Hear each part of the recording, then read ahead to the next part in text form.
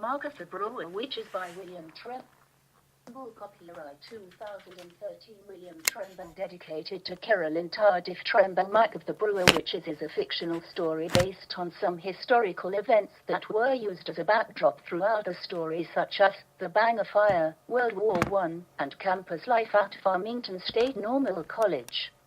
The characters used in this story do not represent any known person and are completely fictional. It was early December, a few weeks prior to the official start of winter, but every Maine knew winter's unofficial start arrived with the icy cold winds of November. 13-year-old Lydia McDowell sat in the back of her family's horse-drawn wagon that was being driven by her father, Thaddeus McDowell. She struggled to ask her father a question as she shivered from the icy cold wind gusts that seemed to chill her all the way to her soul. Her teeth chattered when she asked her father, "Daddy, why don't the seasons in Maine follow the rules defined by the calendar?" Thaddeus answered, "That's because Mother Nature has a cold, cold heart." Lydia looked at the plow they had just purchased at a Round Farm auction sitting in the back of the wagon and asked another question. "Do you think Patience Row looked sad today?" Thaddeus briefly looked back over his shoulder to glance at Lydia and answered, "Over the past 10 days, Patience's world was changed. First she lost Shamus, her husband of 50 years, then she lost her home to the bank, and now she has lost the security of her future. She saw her neighbors come to her home and scavenge every last bit of her life, her memories, her existence was carried away like ants taking a bread crust at a picnic. Farm auctions are awful, terrible things. Everybody pretends they are not buzzards picking over the carcass of somebody's life, picking over things that took an entire life to accumulate. A whole life just gone forever. If there was any consolation, it was that Patience seemed to have gotten a fair price for what was being sold." Lydia then asked another question, "What do you suppose Patience will do now?" Thaddeus replied, "I don't know, Lydia. She has no family to go to. She can't stay at that boarding house for long. She is an old woman who deserves better. She deserves to live her life out in peace. I want to talk to your mother about a possibility of Patience moving in with us. What do you think about that?" Lydia heard the last statement and was surprised. "Really? You would take Patience in?"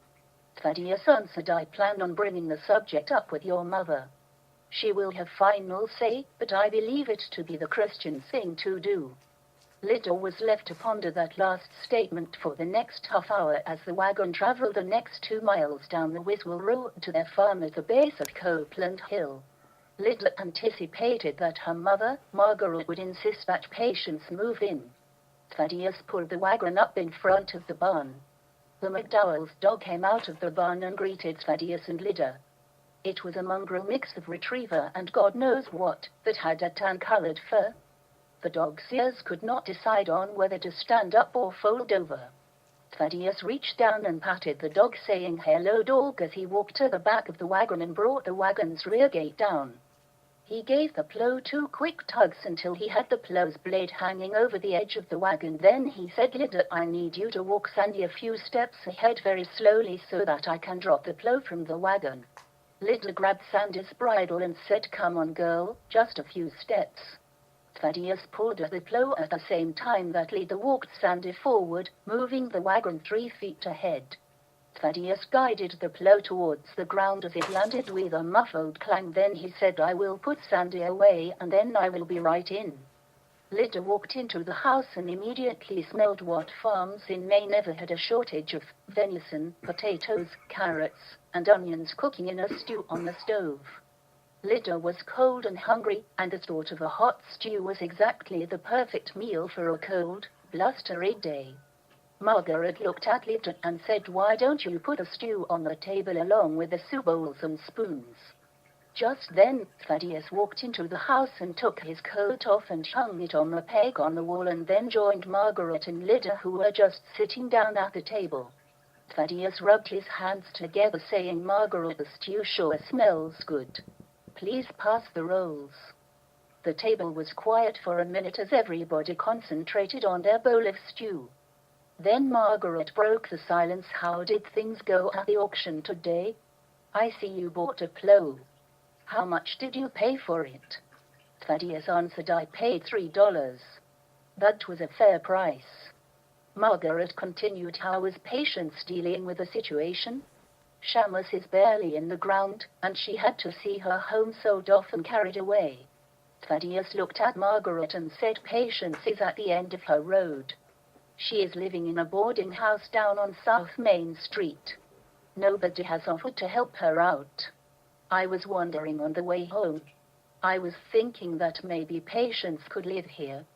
We can put a small bed in the back room to give her some privacy. She could help out around here. It would give her something to do in her last years. What do you think? Margaret answered, somebody's got to do something. Somebody's got to help Patience. Thaddeus replied, well, it's settled then. I will go to the boarding house tomorrow and pick her up. I'm sure she will be relieved that somebody is taking her in. Scene change. It was noontime when Thaddeus returned to the farm with Patience and Hutch Est carrying all of her worldly possessions sitting in the back of the wagon.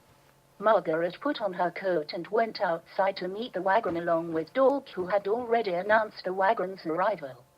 Thaddeus was happy to see Margaret had come out to the dooryard to welcome Patience. Seeing the barking dog, Patience asked Thaddeus, what is your dog's name? Thaddeus answered, Dog. Patience replied, Dog. Thaddeus laughed and said, spell D-A-W-G. Patience smiled and said he must be a pretty smart dog to know his name is spelled differently. The wagon came to a stop and Thaddeus turned to Patience and said, Patience, why don't you go in with Margaret to get out of this cold? I'll bring Hutch Est in and then I'll be in for supper. Margaret walked up and hugged Patience at the wagon and said, Patience, I'm so happy you decided to come live with us. Patience replied in a cracked voice as tears began to run down her cheeks, Margaret, I don't know what I would have done without you and Thaddeus. I'm such a hopeless old fool that seems to have lost her purpose. Margaret leaned forward and hugged Patience, saying, that's nonsense, Patience. For 50 years you were the wife of a farmer.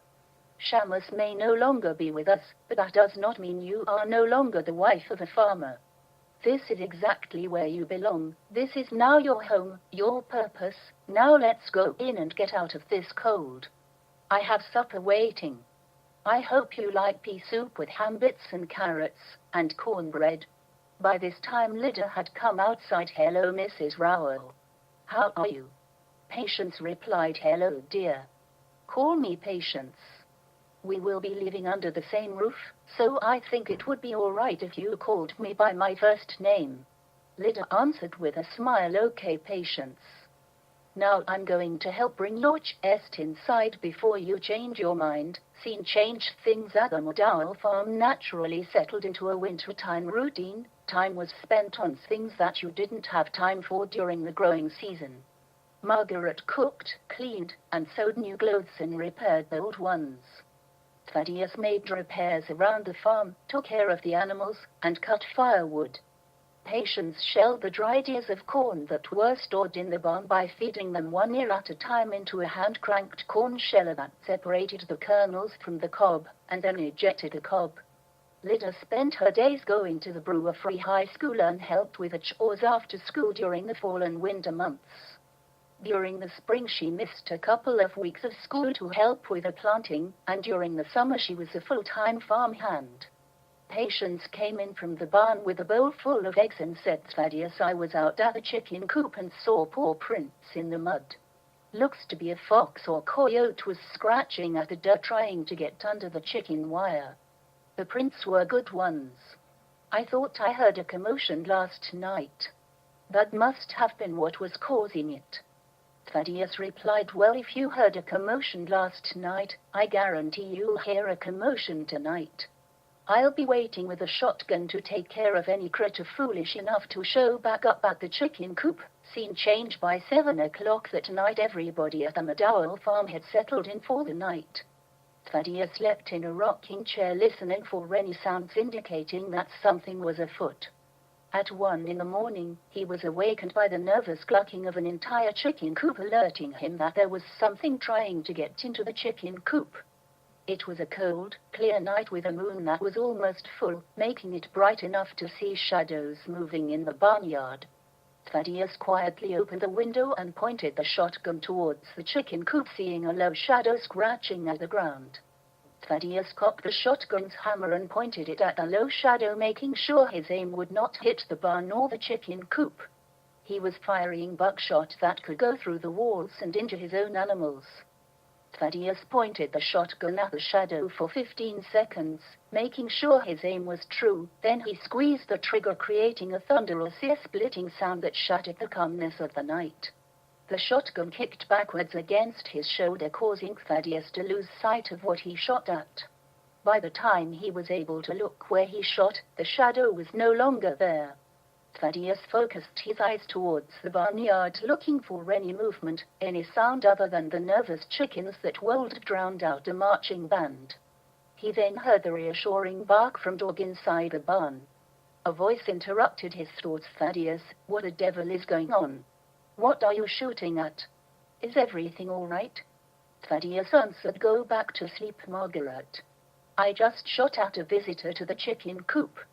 It is too dark to see anything right now. I'll wait until morning to go out and look around." Scene change. Just after sunrise, Thaddeus left the farmhouse and walked towards the barn. He stopped at the chicken coop and looked at the ground, seeing where something had attempted to dig under the wire. There was blood and great tanninish fur that had frozen to an icy patch next to the post holding the chicken wire. Thaddeus said in a low tone, "A lot of good that will do you. Even if you get through the chicken wire, you still won't get to my chickens." "No, sir, I'm too smart for you." Thaddeus had constructed his chicken coop to have one door that was always closed in the winter months because it was too cold for the chickens to go outside.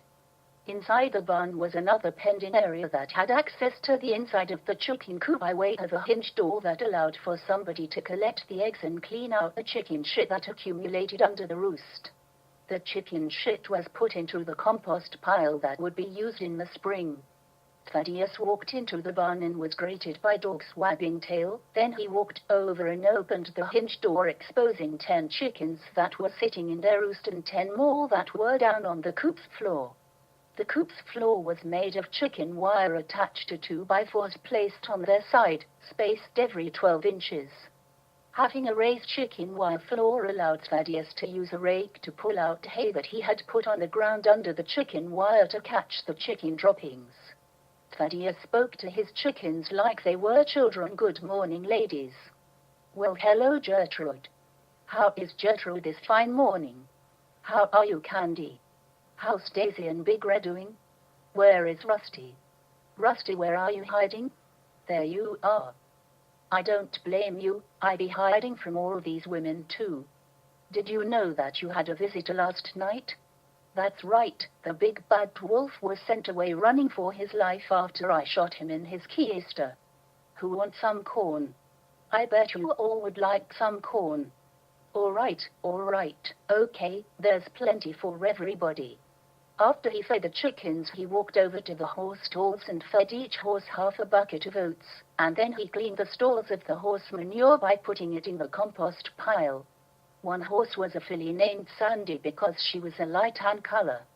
The other horse was a gelding named Lightning because he had a patch of white on his nose that was jagged like a lightning bolt. Thaddeus finished up in the barn and walked outside and noticed that there was a blood trail that led into the field towards the woods. Thaddeus thought, "I'd best go check out the blood trail. Can't have a wounded coyote romping out and about. I'll get my shotgun just in case." Scene change. Margaret sat down at the kitchen table and picked up her sewing while waiting for Thaddeus to bring in the eggs she was going to cook for breakfast, while Patience was grinding corn kernels into cornmeal that Margaret needed for breakfast. Lydia was doing her math assignments before she went to school at 8 o'clock. Patience looked at Lydia and asked Lydia, "That's such a pretty name. Where did that name come from?" Lydia answered, "From our grandmare, Mama's mother." Patience asked another question, "What do you have there? What are you studying at school?" Lydia answered with hidden pride, "This is an advanced mathematics book." My teacher, Mr. Richardson, is using this book to teach me and 4 other students who he thinks have promise in mathematics. Patience asked what makes it advanced. I went to school through the 6th grade. We learned adding, subtracting, multiplication, and division. It wasn't advanced mathematics, but it has served me well for nearly 65 years. I must say I thought going to school for 6 years was hard. You are now in your 9th year.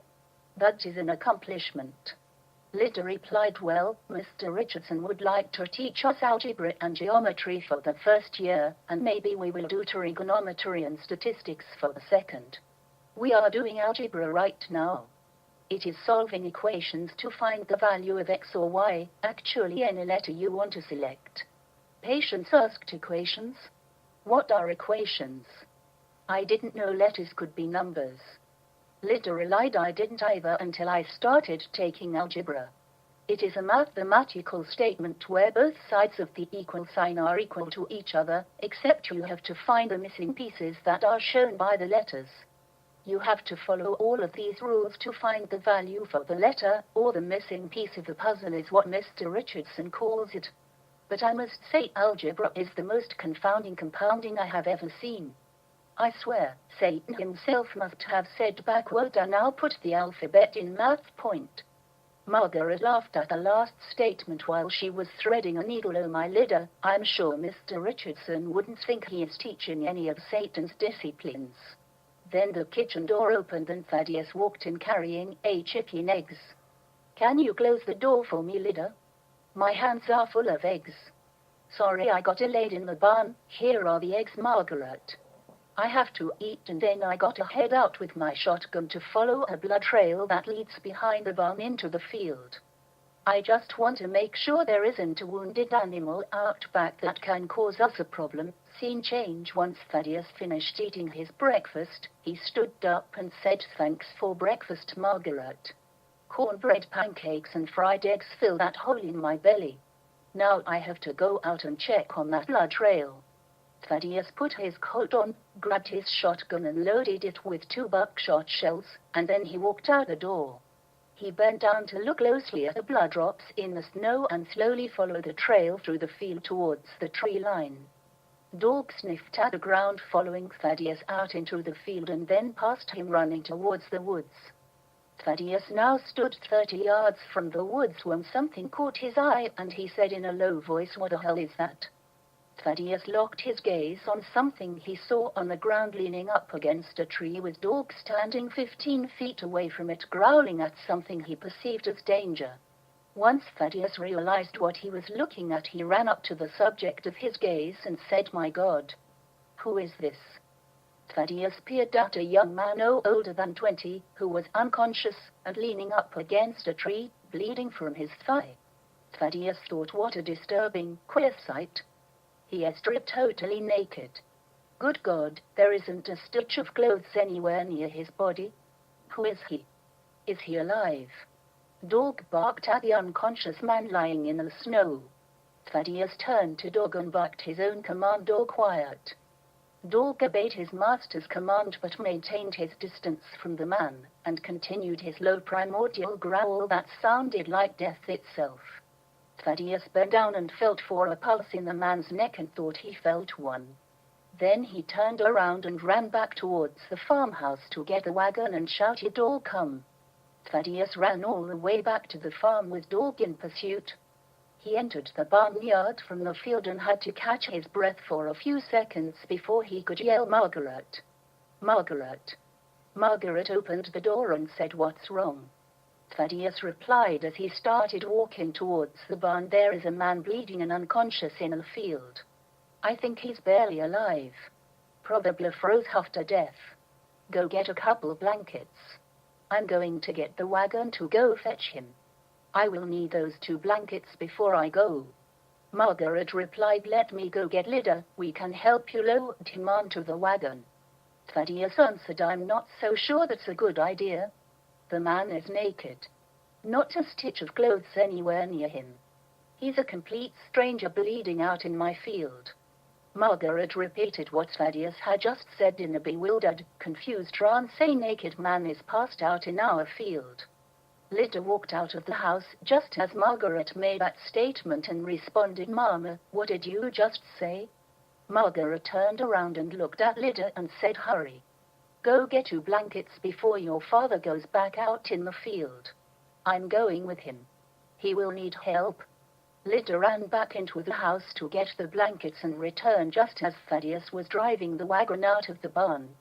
Margaret grabbed the blankets from Lydia and hopped in the back of the wagon, saying, "I'm going with you. You're going to need help loading him into the wagon." Lydia heard her mother and added, "I'm going too. I can help." Thaddeus sternly responded, "You will not go, Lydia. Stay here with Patience." Lydia silently watched as her parents rode the wagon into the field towards the woods. She put her hand up to block the sun from her eyes that was now above the tree line, shining directly in her face. Patience was now at the doorstep asking, "What's wrong? Where are your parents going?" Lydia responded, "There is a naked man passed out in our field. I think he is injured.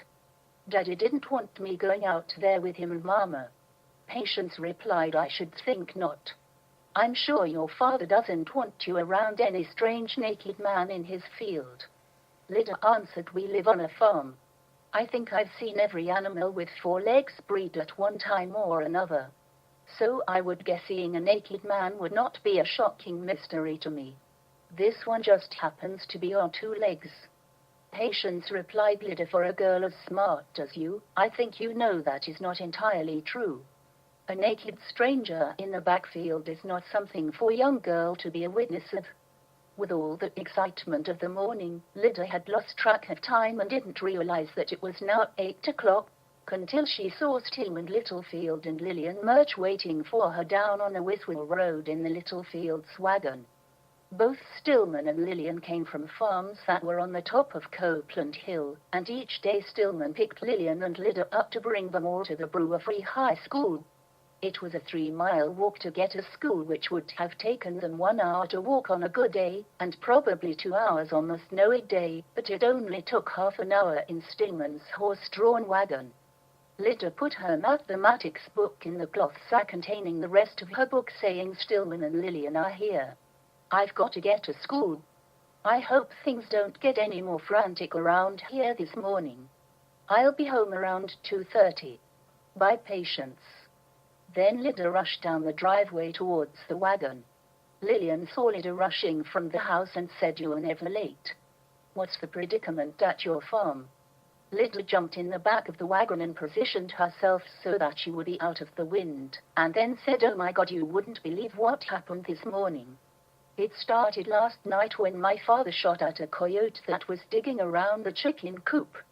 This morning he went out there to see what was going on and saw a trail of blood leading out into the field. After breakfast he took a shotgun and went out back to make sure there wasn't a wounded coyote in the backfield. So he goes and follows the blood, and guess what he finds? Go on, guess. You'll never guess in a million years. When I tell you, you won't believe me." Stillman spoke his first words of the morning, "A huge black bear." Lillian added her guess, "A band of traveling gypsies." Stillman was surprised at the creative guess given by Lillian and replied, "That's a good guess. I never would have thought of that." Lydia was bursting at the seams, holding back the facts of the morning. "Are you ready to hear it?" Stillman and Lillian gave a frustrated reply. "Come on, Lydia, tell us what happened." Lydia answered, "You are not going to believe me. When my father followed a blood trail out into the field, he found a man bleeding from his thigh. The man was unconscious, leaning up against a tree. But here's the best part. The man was unconscious and completely naked, without any clothes around him. Completely naked in the middle of winter in our cornfield, unconscious and bleeding. My mother and father are out there now trying to put him in the wagon to bring him into the house. He could already be dead from the cold or bleeding from his injury. Can you believe that?" Scene change. Thaddeus brought the wagon as close as he could to the man. Luckily there were only patches of snow on the ground instead of the typical 18 inches of December snowfall. Thaddeus walked up to the naked man and placed a blanket on him before Margaret came around the wagon. He didn't know who would be more embarrassed, Margaret or the naked man. Thaddeus looked at Margaret and said, I think I will try to sit him up and then somehow try to grab him around the waist and carry him over my shoulder to the wagon. I have a blanket already on him that will cover his front side. When I get him up on my shoulder, place the other blanket on his back side, then I'll put him down in the wagon. Unless you can think of an easier way, but I think that is the way to go. Margaret chuckled and spoke, I'm not an expert at moving strange, unconscious, injured, naked men into the back of a wagon, so I guess that means you are the expert. Thaddeus smiled and shook his head at Margaret's comment. Then he pulled the man into a sitting position which prompted Dog to bark and growl. Thaddeus turned and snapped, Quiet, Dog. Dog whined and sat down just as Thaddeus performed a deadlift by picking the man up under his armpits. Once the man was leaning forward off the ground, Thaddeus moved his own shoulders down to the man's waist and picked him up like he was carrying a large sack of potatoes. Margaret quickly placed the second blanket on his backside and helped guide Thaddeus to the back of the wagon, where he placed the unconscious man in the bed of the wagon. The man's legs now dangled from the end of the wagon. Now that the man was in the wagon, Thaddeus took a moment to catch his breath from wrestling with a dead man that must have weighed 150 pounds and probably stood 5 feet 9. Then Thaddeus said, Let's get him to the house where we can attend to his injuries and try to warm him up to see if he stands any chance of living. If I was a betting man, I wouldn't place any bets that he will make it. Keep your eye on him and let me know if any of the bumps are knocking him out of the wagon. I don't think I have the strength to get him in the wagon a second time. Thaddeus drove the wagon all the way up to the farmhouse's back door. Patience came out and asked, Is there anything I can do to help you? Thaddeus answered, Can you hold the door open for us? We have a couple blankets on this man, but he is as naked as a newborn baby, and he is dead weight. Once I get him on my shoulder, I aim to get him inside the house as fast as I can, so just keep the door open. Margaret, where do we put him down inside? Margaret replied, Why don't you put him down on a rug in front of the wood stove? That's the warmest place in the house. I will cover him up with the blankets and I'll take a look at that wounded leg. Then I think the rest will be up to him. Hopefully, warming him up will thaw him out. Thaddeus stood at the end of the wagon and grabbed the man by his arms and sat him up with Margaret's help. Then he said, Well, here goes. Thaddeus grunted and managed to get a man on his shoulder and brought him inside and laid him on the rug in front of the stove. Margaret went to find a wash bowl, towels, and a bandage to clean the man's thigh injury. She made sure the blanket covered everything except his right thigh, where she cleaned the wound, and said, Thaddeus, I think this man has been shot. I see 3 holes in his thigh, but I only see 2 holes exiting his leg. So he still has some lead in him. Thaddeus replied, That sure sounds like buckshot to me. I hope I didn't shoot at him by mistake. I saw blood and fur near the chicken coop, so I don't think I did. This man is a mystery. Margaret placed a pillow under the man's head and then left him under his blankets to see if he would come around. An hour later, the man still had not opened his eyes, but he began to move his head from side to side and moved his arms. Finally, after 3 hours of warmth, he opened his eyes and looked around the room, trying to figure out where he was. Margaret saw this and walked over to the man and said, You are in my home. We found you in our field and brought you here. You have an injury to your leg. Just lay still and I will go get you a bowl of vegetable soup. The man put his head back down on the pillow and waited for Margaret to bring him his soup, where she slowly spoon-fed him. He seemed to have difficulty mastering the spoon and the hot soup, but soon caught on and ravenously finished the bowl. Margaret placed the empty bowl on the table and said, Let's take a look at that wound to make sure it stopped bleeding. Margaret removed the blankets from the right leg and slowly unwrapped the bandages around his thigh to get a closer look at the wound. Once the bloody bandages were removed, Margaret became confused as she could not find any of the wounds on his thigh. She looked at the front side and the back side, but did not see any entrance or exit wounds. Then she said to Patience, "That's strange. Where did the wounds go? I see the bloody bandages, so I know he was wounded, but now there is no sign of it anywhere." Margaret then noticed something on the rug and picked it up, saying, "What's this? It looks like lead shot. How did this get on the floor?" Suddenly, the man struggled to stand up, causing the blankets to drop on the floor. Patience gasped just as Thaddeus walked into the kitchen, seeing the naked man standing there in all of his glory, and said, "What the hell?" The harsh tone of Thaddeus's response caused the naked man to rush past him on his way out the door so fast that Thaddeus could not react. Thaddeus ran outside after him, but only saw Dog chasing a dark speck 100 yards away. Thaddeus said, "God Almighty, no man can run that fast, but where else could he have gone?" Even Dog has given up the chase. Scene changed. Stillman Littlefield was driving Lillian Murch and Lydia back to Copeland Hill after school. They were traveling on South Main Street and turning left onto Brewer Street, where they saw an old Indian lady walking into Herrick's general store wearing a large wicker basket strapped to her back, carrying 50 pounds of potatoes, turnips, and onions that she was going to sell to Herrick's.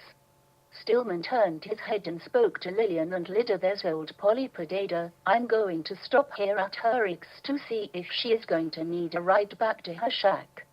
All the farms on the Wiswell Row knew Polly Podada as a 65-year-old lady who lived alone in an old one-room shack, but still managed to farm 50 acres of potatoes, turnips, onions, and carrots.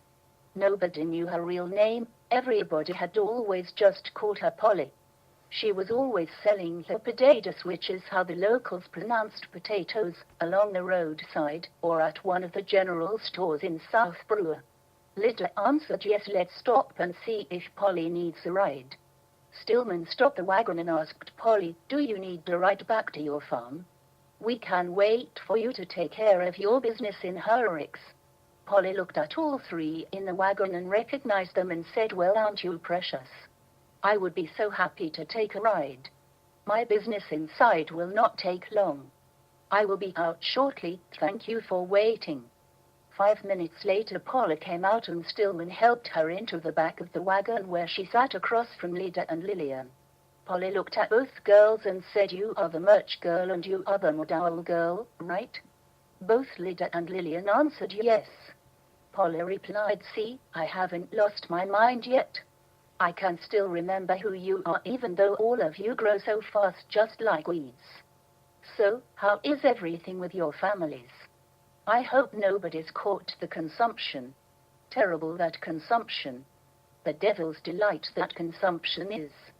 Lydia replied, "Mrs. Rowley's living with us now since her husband died. She is such a nice lady." Polly asked another question. "I heard a gunshot last night coming from the direction of your farm. Do you know what that was all about?" Lydia answered, "Well, that was my father. He was shooting at a coyote that was near the chicken coop. I think the shot must have woken up the dead. It was so late." Polly asked, "Did he shoot it? Was it a coyote?" Lydia replied, "I think so. There was blood and there was fur, but there was no coyote." Polly answered, "Then the coyote must have crawled away." "Yes. You will find it somewhere on your farm. If the coyote was shot, he will not last long." Lillian snickered and said in a low tone, "Seems like you are finding strange things in your cornfield all the time." Polly replied, "I'm sorry, dear, I didn't catch what you said." Lydia jumped into the conversation. Lillian was talking about something that happened this morning. "I'm not sure my parents want this known, but I'll tell you just so long you don't tell my parents. See, this morning my father went out to track a blood trail from the coyote he shot last night. Well, what he found was a man lying at the edge of the cornfield, passed out and bleeding, and he did not have a stitch of clothes on. It's a mystery to us where he came from or what he was doing in our field. Have you ever heard something so strange?" Polly's face changed from an active listener with a smile on her face to a serious expression of concern. Then she said, Yes, I have. That can be a very bad, very grave. When I was a child, I heard my tribal elders speak of this. Be very careful. You must tell your father to be prepared.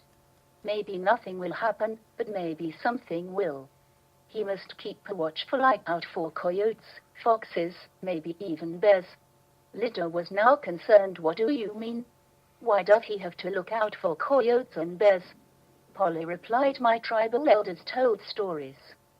Sometimes these stories are not believed by white folk. Even some of my people don't believe them. But the elders that told me the stories sure believe them. Their stories talked about spirits of the woods that could take the shape of a man or a woman, and then that shape could turn into a coyote, fox, or even a bear. You'll never catch them, they are much too fast. These spirits can run like the wind. You don't want these spirits around your farm. They will kill some of your chickens, sheep, or your goats. They are afraid of dogs. It is said that when they take human form, their eyes will still glow from a fire at night like a wild animal. If you have small children, you have to beware. Keep close attention to what goes on around your farms. That's all I have to say. Those are the stories from my elders, and now it is your story for all those that will follow you. Lydia replied, when I left for school, my parents had not brought a man to my house yet. I don't know what happened after I left, but I'll know soon enough once I get home. Scene change. It was mid-morning on Saturday when Charity Sweat knocked at the door. Margaret answered it and said, Charity, how are you? What do you have in the bowl? Charity answered, my mother just spent the morning churning butter. She made way more than we can use, and thought that maybe you would like some, so here I'm bowl in hand. Is Lydia here? I thought maybe we could practice our mathematics or maybe vocabulary. Patience walked out into the main room and said, hello, my name is Patience. Charity replied, hello, I'm Charity Sweat. I live at the top of the hill. Patience said, you girls sure are studious. I couldn't begin to understand the things you are studying at school. Charity answered, we just study a lot. It's like practicing the piano, practice makes perfect. I almost forgot, my father said to ask you if you had any small animals go missing. We had an 8-month-old goat disappear from one of the pens in the barn. Margaret answered, Thaddeus shot at a coyote a few nights ago. Charity replied, I understand the little fields had something get at their rabbits. So it sounds like Hopeland Hill has a coyote problem. Scene change. Sadie Purington came to Bangor to run away from a personal relationship that caused her emotional pain. She was by most standards a pretty 20-year-old who probably would not be called a raving beauty in a cinematic sense, but she was a wholesome, innocent young lady that was pleasant to look at. She was still unmarried, and in a small fishing village like Jonesport, 20 years old and being unmarried almost qualified you as an old maid. She was being pressured by her father to marry a 55-year-old local fisherman named Harland Welly, who loved Sadie almost as much as he loved seeing the drinking end of a whiskey bottle. Sadie found herself between her father and a violent drunken slob, or as the rest of the world called it, between a rock and a violent drunken slob. It didn't take long for Sadie to be given an ultimatum by her father, who thought that the purpose in life for young women of childbearing years should be to marry old men like Harland Welly, pump out a handful of kids, and then work in a sardine packing factory once all the kids reached the age of 12. Sadie decided that her future did not belong in Jonesport, and her body would not become Harland Welly's personal punching bag each time he rediscovered his worthlessness at the bottom of the whiskey bottle. So Sadie, carrying one trunk with all her personal possessions, caught a carriage heading to Bangor. Sadie only had $20 to her name, so finding a cheap room and a job became her sole mission in life. Sadie found herself at a boarding house on Hancock Street, not far from the Viner Shoe Factory. The woman who owned the boarding house was named Martha Frost, and she talked her brother, Angus Frost, a shop foreman at Viner Shoe, into hiring Sadie. Sadie had now been living in Bangor for the last 3 months and had been working the 7 a.m. to 3:30 p.m. shift at Viner Shoe on Hancock Street, working on a stitching machine for 5 cents an hour. On her way out of the plant that afternoon, she was stopped by Angus Frost and redirected into a closed office where Angus quickly closed and locked the door. Angus asked, "How do you like your job?" Sadie answered, "I was all thumbs the first week, but now I believe I'm getting the hang of it. I'm now meeting my quota." "Why, is there a problem?" Angus replied, "There could have been, but I made the problem go away." "How do you find your room at the boarding house? Is it what you need?" Sadie replied, "I find it very acceptable." Angus walked a little closer to Sadie and grabbed each of her forearms that were at her sides and said, "I take care of you and give you what you need. Now it's time for you to give me what I need." Sadie said, "Angus, let go of my arms." "What are you doing?" Angus replied as he tried to kiss her neck and grope her body, "I'm taking what I'm due. Now give it to me." Sadie was being pressed backwards against her desk, and she was beginning to panic, trying to push Angus off her while saying, "No, Angus. No, Angus, stop." Angus seemed to be trying to consume her as Sadie lost her balance. She put her hand behind her to try and regain her balance when her hand found something on the desk that fit in her fist, so she grabbed it. It was a wooden spool of the thread that they used for the stitching machines. Sadie pushed at Angus's chest with her left hand while simultaneously swinging her right hand containing the wooden spool, striking Angus on the left temple. The strike removed a chunk of flesh as attack on the spool dug into his cheek. Angus was knocked senseless and fell to the floor on his knees. Sadie quickly made her way towards the door, stepping on Angus's hands as she made her way over his hunched-over body. Sadie grappled at the door knob, which had been locked, but she frantically jiggled it open when Angus said, "I better not see you ever again. Not around here, and not around a boarding house. If I see your sorry ass, I'll beat you to death." Sadie ran to the boarding house to clear out her things before Angus made an appearance. Martha Frost saw Sadie rush into the boarding house as if she was being chased by wolves and said, "Sadie, what's wrong? You are in such a panic." Sadie looked at Martha and was not quite sure how to answer her, but in this case honesty was the best policy, so Sadie said, "Your brother Angus, he tried to attack me in a locked office. I managed to get away, but he said if he ever saw me again, he'd beat me to death. So I'm clearing out." Martha asked, "Where will you go?" Sadie answered, "I don't know, but any place would be better than here." Martha said, "Angus can be such a goddamned fool. Clear out of your room on the second floor. I have another room on the third floor at the back of the house. You can stay there until you can make other arrangements." It was the middle of December and the sun was going down, so Sadie decided to spend the night on the third floor of the boarding house. A half hour later, Sadie could hear Angus barging into the boarding house, drunkenly slurring his words and yelling at Martha, "Where is the bitch? She's not getting away with this."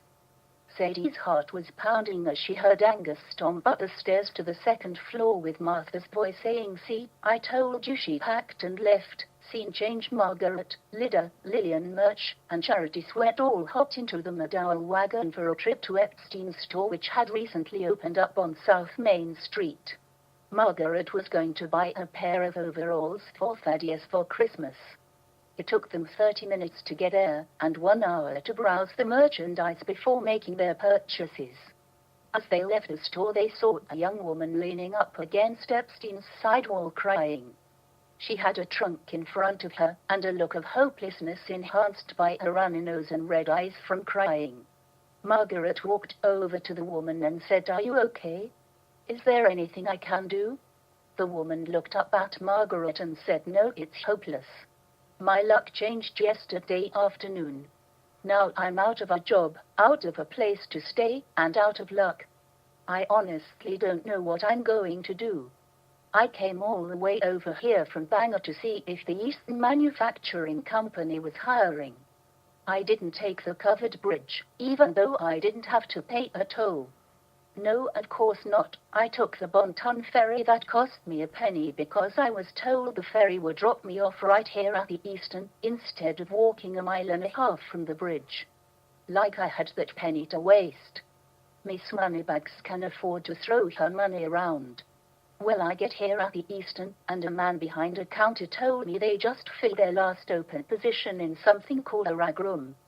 Stupid me, I thought he said hag room. I told him I might not be a princess, but I'm not as ugly as an old hag. Do you have anything for a plain-looking girl? Well, he just about burst a stitch laughing at me, and said that was the funniest thing he ever heard at the Eastern in his 20 years working there. Just my luck. Or I should say bad luck.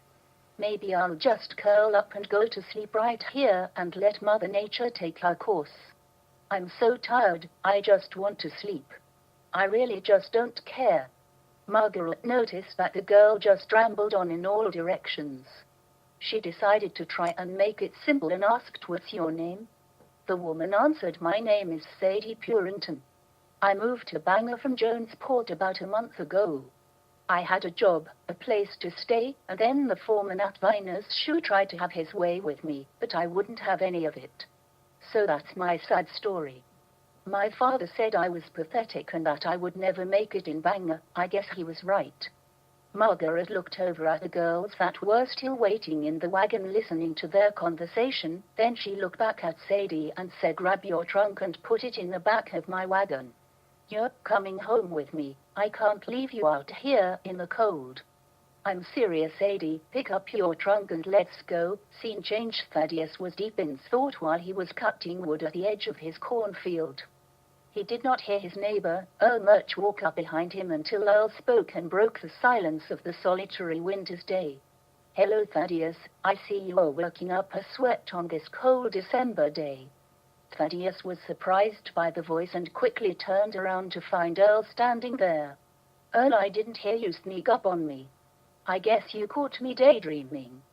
Earl was a man who used few words and got right to the point of his visit. "I understand from Lillian that you had a problem with a coyote a couple of weeks ago. Is that true?" Thaddeus answered, "Well, I wouldn't call it a problem exactly. As far as I know, the coyote did not get to any of my animals. I did hear him causing a ruckus with my chickens, though, and I managed to shoot at it, but the only thing I saw the next morning were drops of blood and a clump of fur. What I'm telling you next is gonna sound like I'm pulling your leg, but I swear I'm telling you the honest-to-God truth. See, the next morning I go out with my shotgun looking for a wounded coyote I might have to finish off. So I follow a blood trail from the barn all the way out here to the back of my cornfield. And do I find a wounded coyote, or even a dead one for that matter? No, I don't find a coyote. I find a man who looks almost dead to the world, knocked out from what, I don't know, but he is as naked as one of those painted-up striptease ladies at one of those hoochie-coochie tents at the agricultural fair. To make matters worse, I had to go get Margaret to help me load him onto my wagon. I swear, sometimes the world's full of bullshit, and sometimes it's full of mysteries, but on that day the world was full of both." Earl was a church-going Baptist or maybe a Protestant. Thaddeus didn't know which, but he knew Earl was as straight-laced as they come, and was surprised when Earl cracked a smile and even gave a small laugh as he said, "Well, I bet a surprise like that gave Margaret an instant stuttering problem." Thaddeus chuckled and said, "Well, I wasn't worried about how she was gonna recite Shakespeare. I didn't want Margaret measuring me up to the competition, mind you. She might pick up and run off with this fella, so I had him covered up by the time Margaret walked up. So anyway, I load him on my wagon and bring him to the house, where we proceed to put him on the rug next to the stove, where we covered him with blankets. Margaret cleaned a wound on his right leg. It looked like a buckshot wound. Margaret wrapped the wound in a bandage and then she checked it again 3 hours later when this man finally came around. I opened the door into the farmhouse just as I heard Patience, who was sitting at the table, sound like she just saw a ghost.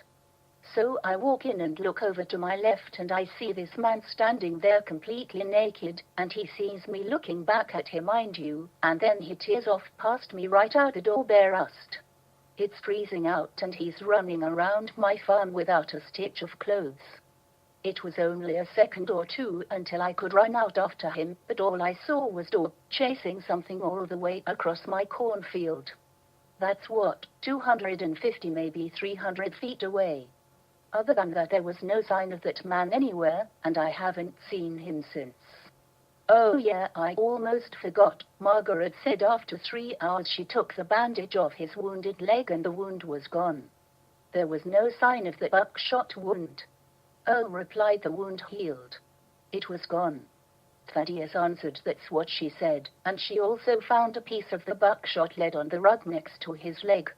That happened a couple weeks ago and I've thought about it a few times since. That whole run-in with that man raises too many questions that I just don't have answers for. But it makes me think there is something going on that is beyond the commonplace. Something not natural. Something dark. Listen to Thaddeus tell his strange tale, and then he added his news for Thaddeus's consumption. That is the darndest thing I ever heard. I don't think you'll ever understand what happened that day. But I want to tell you that I have had a couple of goats go missing the past few days. I put all the animals down for the night in the barn, my chickens, rabbits, pigs, and goats, and such. The chickens, rabbits, and my small pigs, I put in their pens. My goats, I just let them run loose inside the barn. The next morning I go to milk the cows and I find the barn door open and 2 of my goats have gone missing. Now I'm almost certain I closed the barn door the night before, so I don't know if the goats somehow opened the barn door and just wandered off, or whether somebody came into the barn and stole them. I just thought you should know there's something or someone that is taking my animals and you should keep an eye out for yours before they go missing on you. I just thought you should know. Well, that's enough news for one day. You take care, Thaddeus, and say hello to Margaret for me. Scene change later that day. Margaret and the girls came back to the farm. Thaddeus was in the barn mucking out the stalls and could hear the girls singing and dog barking along with their tune. A minute later Margaret came into the barn and said, Thaddeus, I would like you to meet Sadie Purinton. She is going to be staying with us for a while. Thaddeus knew there was more to this story, but did not ask any questions. He knew Margaret would tell him all of the particulars when they had a private moment. But for now Thaddeus just said, hello Sadie, have you met my dog? Sadie replied, bending over to pat Dog. He reminds me of my dog back home in Jonesport. Scene change the next morning. Thaddeus had been splitting firewood, and now was sitting at the table eating a piece of cornbread, fried potatoes and 2 eggs.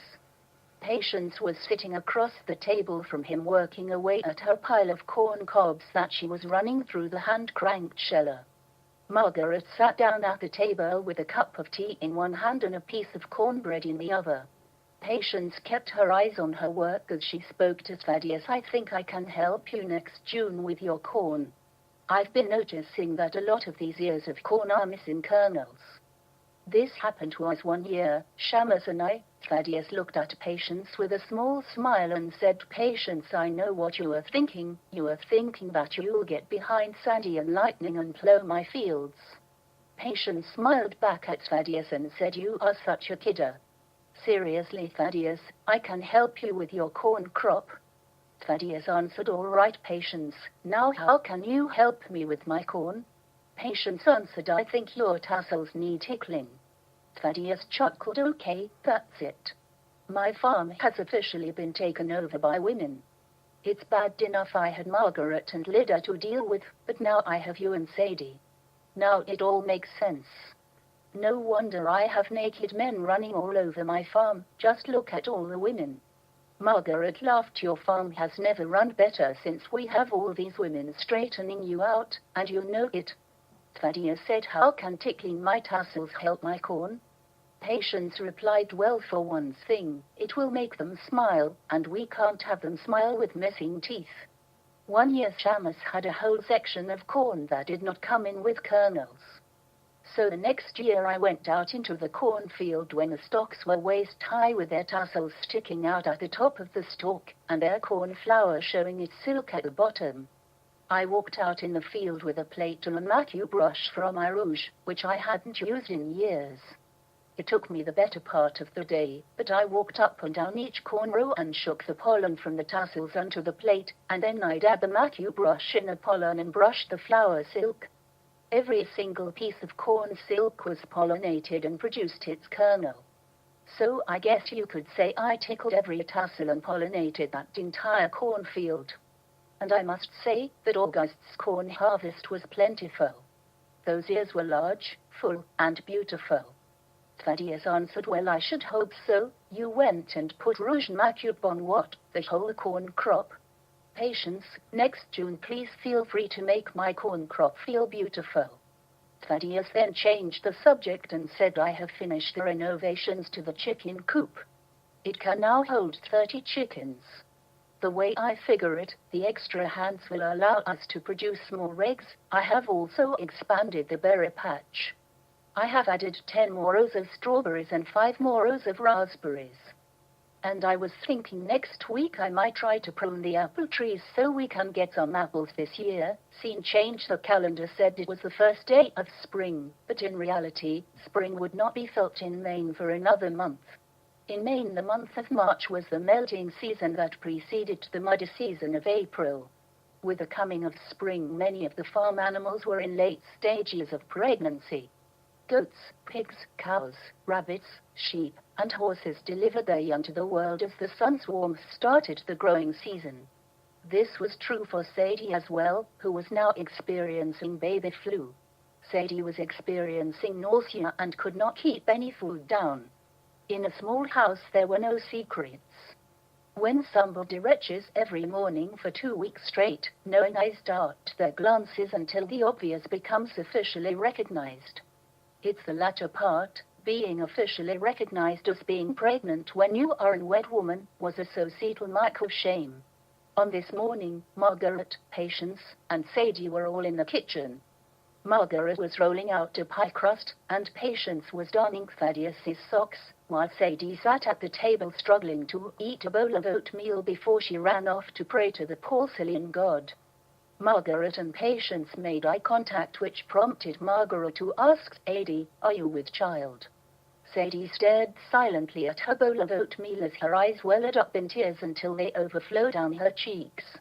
It was the realization of the obvious that created tears, just as if somebody had stuck a knife in her chest. Sadie answered, how can this happen to me now? Patience asked, who is the father? Sadie answered, I don't know. Margaret asked, what do you mean you don't know? Unless you were visited by an angel telling you that you would have a child, it's usually something that is pretty memorable and obvious. Sadie stammered, I think I know, but it has been almost 4 months. How can I just be showing now? Margaret answered, didn't you wonder where your monthly friend went? It takes 9 months to grow a baby. The first 6 months are usually undetectable by everybody but you. It's the last 3 months that swell your belly for the world to see. Was it somebody in Jonesport? Was it the man your father wanted you to marry? Sadie replied, heavens no, it wasn't Heartland Welly. It was a boy I went to school with. It was Edwin Darcet. Patience added, well, I think it's time that you let Edwin know that you are carrying his child. Sadie replied, I can't. Edwin married another girl just before I came to Bangor. We had plans to get married next summer, but that was not to be. Edwin, he married another girl that he got tangled up with that let her carrying his baby. Can you believe that? He gets 2 girls in trouble, but he can only take care of one. It's just not fair. We were supposed to get married. We were going to start a family. Now all I can do is look forward to people talking about me behind my back. No, I'm not going to tell Edwin or my family. This is my baby and I'll take care of it as best as I can. Margaret replied, Sadie, don't you worry about what people say about you or about us by coming into your life. You have a home right here. We will help you through this, and it will be fun having a little one running around. Do you want to tell Thaddeus, or do you want me to? Sadie answered, it would be better if you tell Thaddeus so he can speak his mind without me hearing it. I'll talk to him about it after he's had time to chew on it, Scene change. It was April 15th. The sky was blue and the sun was warm. Thaddeus walked towards the barn thinking about a Grange meeting he had attended over the winter where a professor from the Maine State College spoke about fertilization and crop yields. Thaddeus thought he was plain-spoken and understood that the Grange would not appreciate the use of technical words explaining that a farmer must fertilize his fields every year, otherwise after 5 years crops would starve producing low yields. Thaddeus pictured the small balding professor with glasses standing in front of the room saying, "If you gonna remember anything I say tonight, it's this: corn crops love nitrogen. How do you get nitrogen into your soil? Well, one way is to go get yourself a wagon full of that store-bought fertilizer containing nitrogen at the feed store. Or you can plug your nose and swat those flies by using a mixture of compost, topsoil, and manure.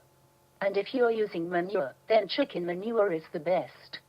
There are 3 times when you have to apply this to the soil. The first is when you plant the corn, the second is when the tassels and flowers are ready to be pollinated, and the third is when the ears are starting to emerge. Once the ears are ripening, you don't need fertilizer anymore. Pray for rain every few days. Not torrential rain, mind you, just occasional gentle rain." Thaddeus hooked up the plow to lightning, as Sandy stared intently at a large metal object that she had relentlessly dragged around last summer's fields, was now being ready behind lightning. Thaddeus spoke to lightning as he placed the harness over lightning's head. "Don't worry, boy, we are just gonna break up some sod where I burned some stumps, then I'll spread around some of that store-bought nitrogen powder that college professor said I needed." Thaddeus had a difficult time going in a straight line with the plow. Lightning was pulling the plow on land that had recently been cleared, but was not yet aimed. Roots, boulders, big rocks, and stones made it very difficult to make progress. When the plow found a rock, Thaddeus pulled it from the earth and put it in a pile that he would come back for later. Thaddeus stopped to take a breather and rested himself on the pile of rocks. He looked around the farm and froze when saw a very large coyote that was standing where the naked man was found. The coyote focused all of its attention on Thaddeus. Thaddeus became well aware that the coyote was trying to get his attention. Thaddeus said to himself, I see you. And I know you know, I see you. What are you doing back here?" Then Thaddeus shouted, Get out of here. Now go. Be gone." The coyote walked the length of the field, never breaking eye contact with Thaddeus until it slipped into the woods and out of sight. Thaddeus said to himself, "You might be out of sight, but I know you will be sneaking around. I'll be looking for you." Thaddeus and Lightning managed to pull the plow through that quagmire of scorched stumps, rocks, and aching muscles, and then brought Lightning back to the barn and unhitched him from the plow. He gave him a drink of water and a half bucket of oats before hooking Sandy up to the wagon, saying, "It's your turn, Sandy. Let's go out and collect those rocks so I can plow a straight line and maybe grow some potatoes." Scene change. Thaddeus looked at Sadie and said, "It's a nice day for a ride. How about you and Margaret taking a ride with me to Bangor? That is, if you're up for the ride. I have to buy some potassium to go along with my nitrogen." Sadie said to Bangor, "I haven't been to Bangor since I came here. I have nothing but bad memories of Bangor." Margaret turned to Sadie and said, "Let's go have a change of scenery. I want to buy some sunflower seeds to grow for the birds." Thaddeus turned to Patience and asked, "Will you be all right here alone until Ida gets home from school?" Patience answered, "I'll be fine, and I'll keep Margaret's rolling pin handy just in case I have to chase off that little field boy who's been making eyes for Lydia." The ride into Bangor took a little under an hour as they went past sawmills, paper mills, a box factory, a boatyard, and brickyards. They came upon an acrid smell of hot tar near the boatyard, which made Sadie feel nauseous to the point of gagging over the side of the wagon. To make matters worse, Thaddeus was approaching the covered bridge that crossed the Penobscot River into Bangor. Sadie's stomach tightened its knot as she saw the entrance of the long covered bridge, which played havoc with her claustrophobia. Before Thaddeus drove onto the bridge, Sadie was heaving over the side of the wagon, which sounded like demons escaping from hell. A half hour later he parked the wagon on Exchange Street and said, "Okay ladies, let's not dilly-dally at the ribbon store. My errand will only take about 15 minutes. Sadie, go have yourself a ginger beer at the drugstore. That might help settle your stomach." Sadie and Margaret strolled down the street looking at people, carriages, and electric streetcars all making their rounds. Margaret walked into a drugstore and bought Sadie a bottle of ginger beer and handed it to her, saying, "Thaddeus is right. Sip this slow. It can have a strong taste, but it does settle your stomach." It took them about 25 minutes to walk around the block looking into all of the store front windows.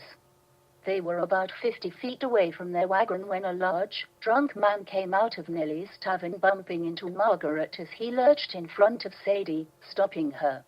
He slurred, "I was wondering where you went. We have some unfinished business to attend to.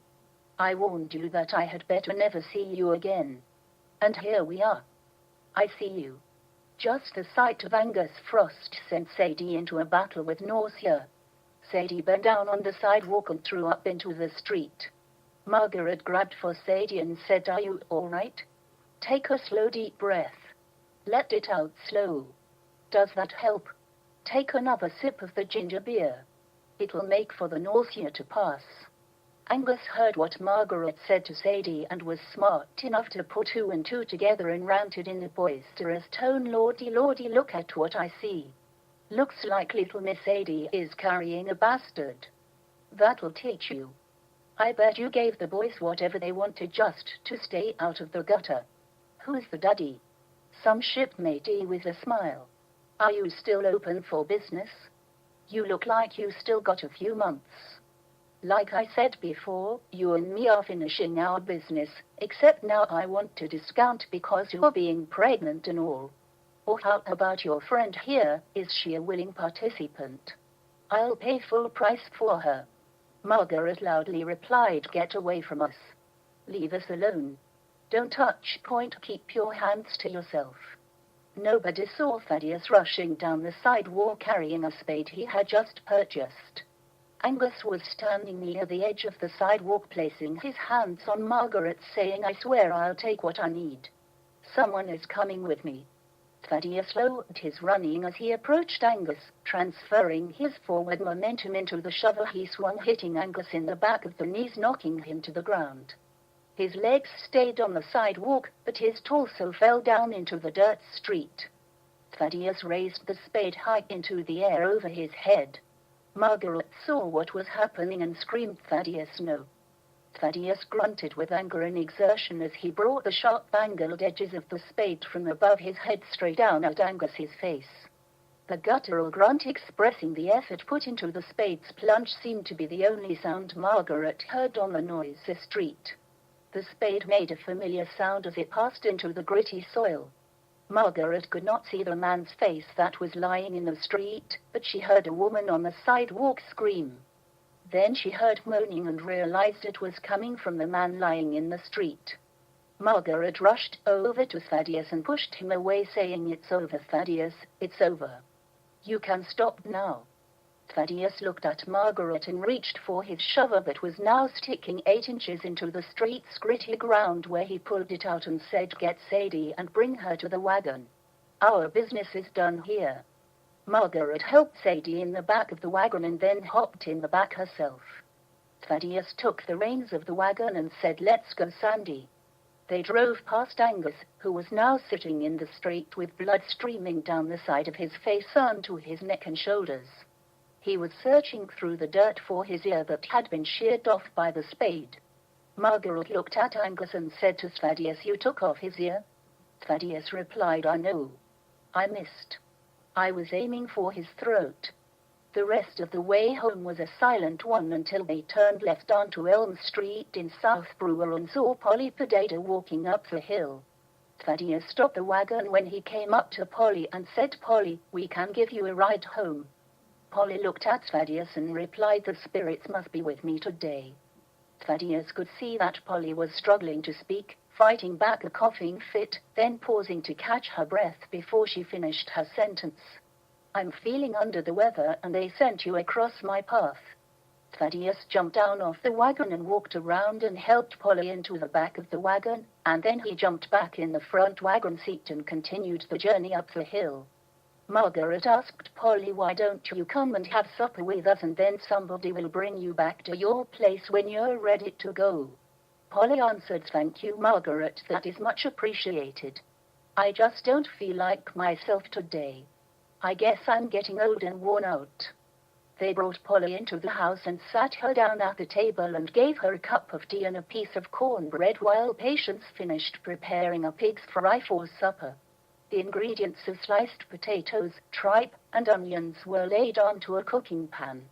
On top of that, there were beans and carrots that would have a vegetable broth poured over them to let simmer. Polly sat at the table looking weary and worn out. Thaddeus looked at her and asked Polly, "Are you ready for planting? Is it going to be potatoes, turnips, onions, and carrots?" Polly answered, "Yes, that is what I'm planting, same as last year. I have so much to do and I'm way behind." Thaddeus replied, "I will be down to your place in the morning. I'll bring Sandy and the plow. Your land is good soil, so pulling the plow through it will take no time. I should be able to take care of your 50 acres in 3 days, then you'll be all set to plant your potatoes, seed stock, turnips, and what have you. That should put you back on schedule." Polly looked at Thaddeus with tears in her eyes when she spoke with a cracked voice. "Thaddeus, no need to do that. It is a lot of work, and you have your own farm to worry about. You don't need to be worrying about mine." Thaddeus replied, "That is no problem, Polly. Breaking up the earth is the hard part, and I can do that for you. Let's get your crops in so you can stop worrying." Scene change. It was 9 o'clock at night on April 30th when Margaret walked outside to use the back house before she went to bed. She had just folded the laundry from wash day and had many thoughts running through her head about a coming planting in a few days. When she walked outside, she smelled strong odor of smoke. She knew she did not have any fires going in the house, so she looked at the barn, finding no smoke. She walked to the back house and noticed a glow in the northern sky. Then she went back into the house and woke Thaddeus up. "Thaddeus, come outside. I think there is a fire. A big one. The sky is all lit up." Thaddeus grumbled from being woken up, and being told there was a fire made it a rude awakening. He followed Margaret outside and immediately smelled smoke and followed Margaret's finger as it pointed to the northern sky. Thaddeus said, "What the devil is going on? It looks like Bangor is on fire. Where are the buckets? I want to have them handy in case an ember comes floating down on the barn or the house. I think we are far enough away, but I don't want to take any chances." Over the next few days, the extent of the fire became known, and it was extensive, burning down the center of town, leaving many people without a home or a business. Fanny Murch came to speak with Thaddeus and Margaret on May 2nd. They engaged in small talk, farmer style, the spring planting and the Bangor fire, which prompted Fanny to say, "Speaking of the Bangor fire, there are 2 young ladies that are members of St. Teresa's parish. They are sweet girls who came down from Quebec 3 years ago. They had been living on their own in a boarding house in Bangor until the fire burned the house down and everything in it, leaving them nothing but clothes on their back. Each day they walked to the Bonton ferry, which took them to the Eastern Manufacturing Company, where they work in the rag room. The poor things have nothing. People in the parish have pulled together some clothes for them to wear, but what they really need is a place to stay. We don't have room at our place. 9 kids doesn't leave a free corner. So I'm asking people that I know if they have extra space for these 2 girls. They are both about 25 years old. They are members of St. Teresa's, regular church-going types. They would be no problem. They will keep their jobs at the Eastern and will pay room and board and help out here as much as they can on their days off and such." Margaret looked at Thaddeus and asked, "I don't know. What do you think, Thaddeus?" Thaddeus pushed his hand through his hair as he scratched the back of his head, mulling over Margaret's question, and then responded, "We don't have a lot of room around here, but if these ladies are in a pickle, I guess we could help them out. But they would have to know it would be close quarters. We don't even have an extra bed with them to sleep on." Fanny smiled. "The Lord does work in mysterious ways. I just spoke with Mrs. Hatch and she said that she has a bed that the girls can use. So can I tell them to come see you? Thaddeus answered yes. What are their names? I hope they don't have sweeters. That just complicates things. Fanny replied their names are Albertine Elliot and Claire Levesque. And no, they are not in any relationship with a sweeter. Would tomorrow be too early for them to come? Margaret answered tomorrow would be fine, Fanny. I just hope they know what living on a farm is all about. Early mornings, long days, and early to bed, scene change. It was now the first week of May, which according to the professor from the Maine State College that came to their Grange meeting, where the records show that it was generally safe to plant without the risk of the frost. Thaddeus harnessed Sandy with a plough and brought him to the field closest to the house. This was the 20-acre patch that grew the vegetables that Margaret tended to. This year Margaret was going to grow strawberries, raspberries, pumpkins, squash, turnips, onions, green beans, carrots, tomatoes and potatoes. The McDowell farm was now in full growing season mode where the days started at sunrise and ended at sunset.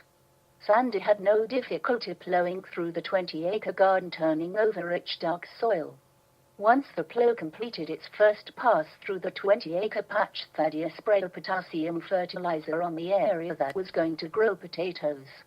Now that the garden patch was ready for planting, Thaddeus was ready to move on to the 80 acres of field that he was going to turn into corn. The remaining 50 acres Thaddeus was going to keep as a hayfield. Even though he did not have many animals requiring hay, he could sell it to farmers on the Wiswell Road that had a large number of dairy cows. Thaddeus came to the house around noon for his dinner, and planned on working 7 more hours after dinner. He sat at the table eating a beefsteak, cornbread, and vegetable soup. Thaddeus said, I have 20 acres for the berries and vegetables ready to go. You can start planting everything. But I forgot to pick up onions at the seed store, and I'm not going all the way back into town just for onions. Patience looked at Margaret and asked, do you have any onions left over from last year? Margaret answered, yes, I think there are 2 dozen left in the barrel. Patience replied, okay, good, we don't need onions from the seed store. I'll cut the tips off the onion where the root comes out, and then I'll soak them in cold water to bring the roots around. Then we can just plant those roots and we'll get our onions. We can do that later in the summer as well, if we need more. I have the seed potatoes all cut up and dried out so we can plant those once we are ready. Thaddeus replied, Patience, you are full of little tricks. Patience answered, no, I just figured if it worked for potatoes then maybe it would work for onions, and it did. After an hour of eating dinner and taking care of business in the back house, Thaddeus was ready to tackle the cornfields. He walked into the barn and said, okay, Lightning, now it's your turn. Let's go plow some cornfields. The sun was hot for early May. Thaddeus's blood had not thinned out yet from the winter months. Early May at 65 degrees seemed like August at 90 degrees. He wished he brought some water to drink because the sun was making him sweat profusely, drying out his throat and mouth. He was making good progress on the cornfields and probably had 20 acres plowed when he decided to go back to the barn and get a seed. He wanted to get the first 40 acres planted by the end of the week, and then he would start on the second 40. For the rest of the day, Thaddeus walked down each plowed row, dropping kernels every 9 inches, and then he covered the kernels with dirt. He had Linda helping him by following him with a hoe to make sure the seed was at the right depth and covered with dirt. She then went down the row with the nitrogen fertilizer, spreading it by hand using a tin cup. Thaddeus thought Linda is a good worker. She can outwork most men twice her size. This was physically an easy job to do, but was a monotonous activity where his mind drifted to past events. He replayed his encounter with the drunken banger and realized how easy it would have been to kill him in a fit of rage. Thank God Margaret was there to stop me. The way he treated Margaret and Sadie was abysmal. He had it coming. How did Sadie get messed up with him? I would never want to be a woman dealing with drunken bastards like that. The things that came out of his mouth were unbelievable. I guess he learned his lesson that day. Thaddeus and Lydia worked past dark to plant the cornfields, then they walked home in the darkness and could hear an animal following them from the woods. Thaddeus said, "Give me the hoe. I don't know what's following us, but I want to have the hoe just in case it's a rabid coyote. I saw one a while ago that acted strange. He had no fear of people. That's a bad combination, coyotes that are not afraid of people. But whatever you are, I hope you stay put. I'm the doggone tired to fight some woods critter." Scene change. Lydia missed school for 1 week while she helped her mother and father get the crops planted. She tried to keep up with her studies as best as she could. Stillman Littlefield stopped on the way home from school to let Lydia see the assignments for the day and to look at his notes.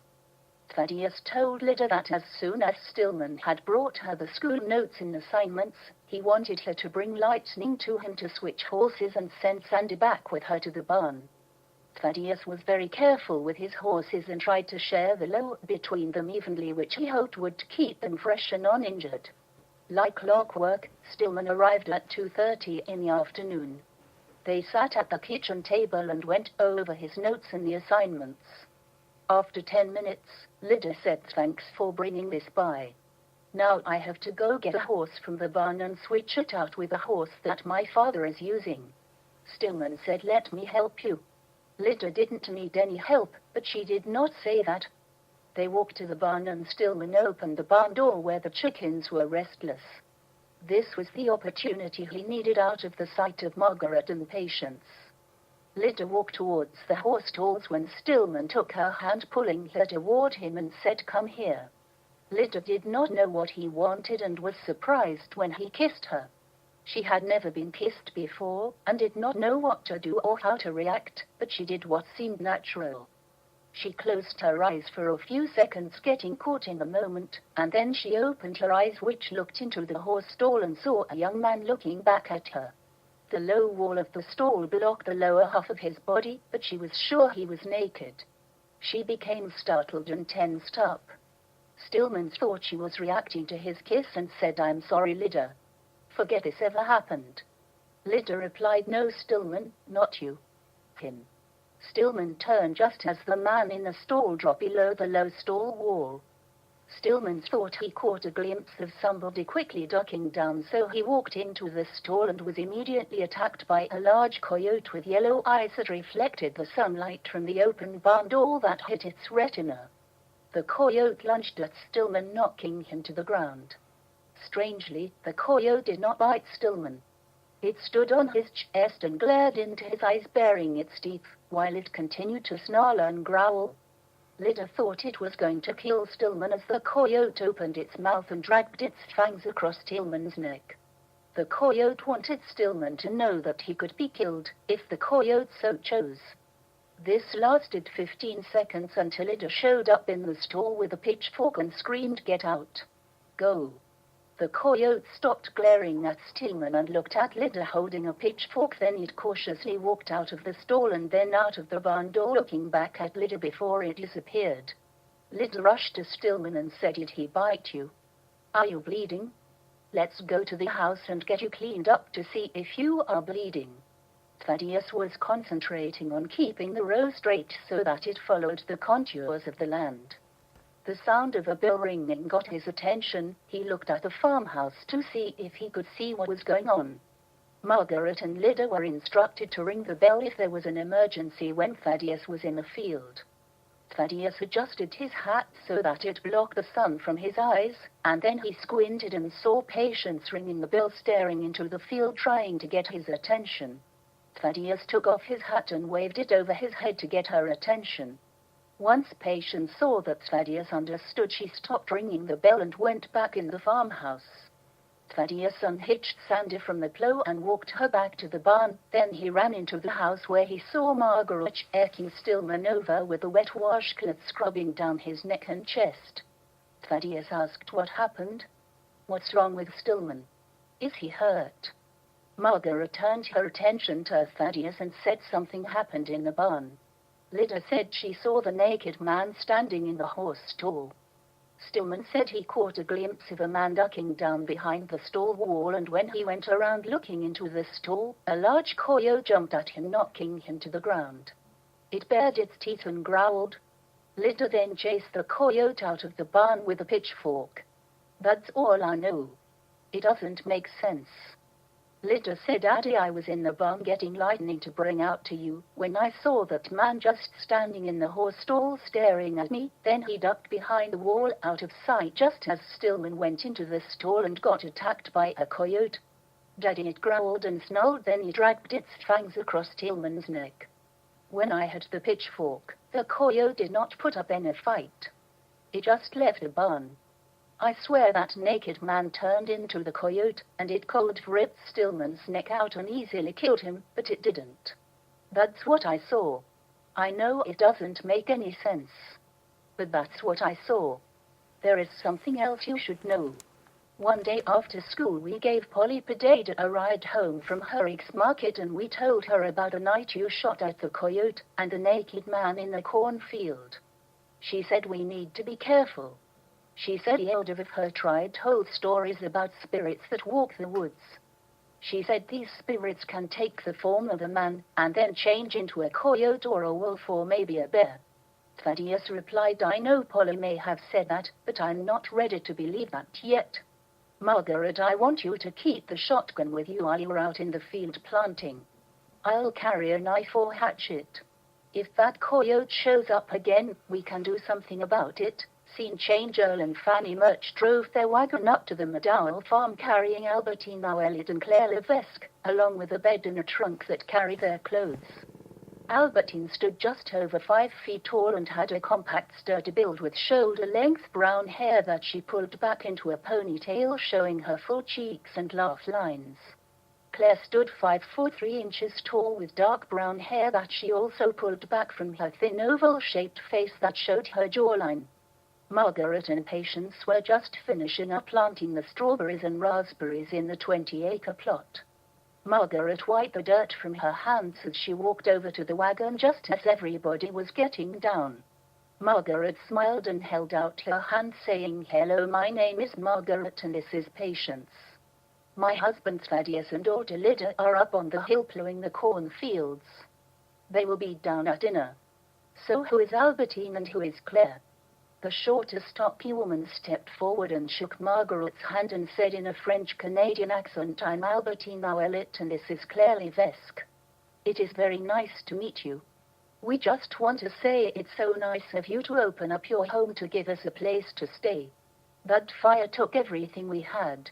And a few days ago everything looked bleak and hopeless. But because of your kindness we now have hope. We will do our best not to be a bother, and we will do our best to help out with the farm on our days off. Margaret said to Albertine and Claire, let's go inside to see where you will be calling home. Murch unloaded the wagon and brought the clothes chest and the bed inside the house. Margaret said, why don't you put your things in the back corner of the house? Claire and Albertine moved the chest of clothes to the back corner, and then they helped Earl assemble the bed frame and headboard. Once that was complete, they put a mattress on the bed frame and sheets on the mattress. Margaret looked at the corner and said, it's beginning to look like home. Does anybody want a cup of tea? Something to eat? Sadie came into the house from working in the barn. She looked around the room for a familiar face and found Margaret putting wood in the stove. Margaret saw Sadie looking lost and said, Sadie, please meet Albertine Noelit and Claire Levesque. They are setting up home in the back corner. Poor Thaddeus is getting outnumbered by all the women living under his roof. Deep down inside I think he likes it, but don't tell him I told you so. I'm making a pot of tea, do you want a cup? Sadie answered yes on a cup.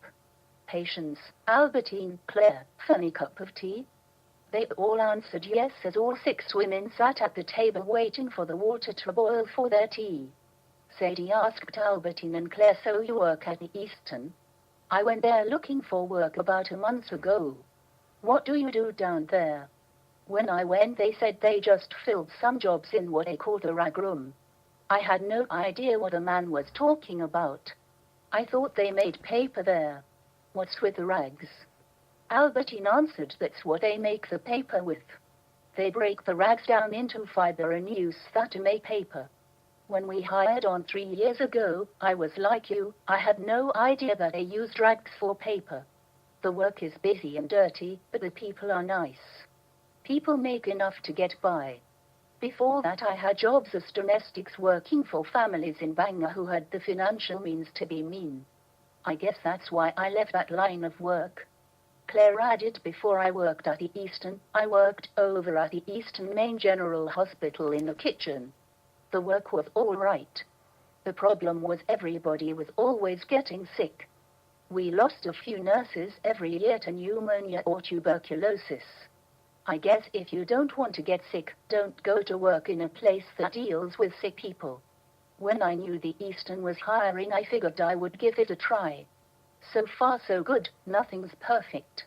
When I lived in Quebec with my parents, I was a seamstress.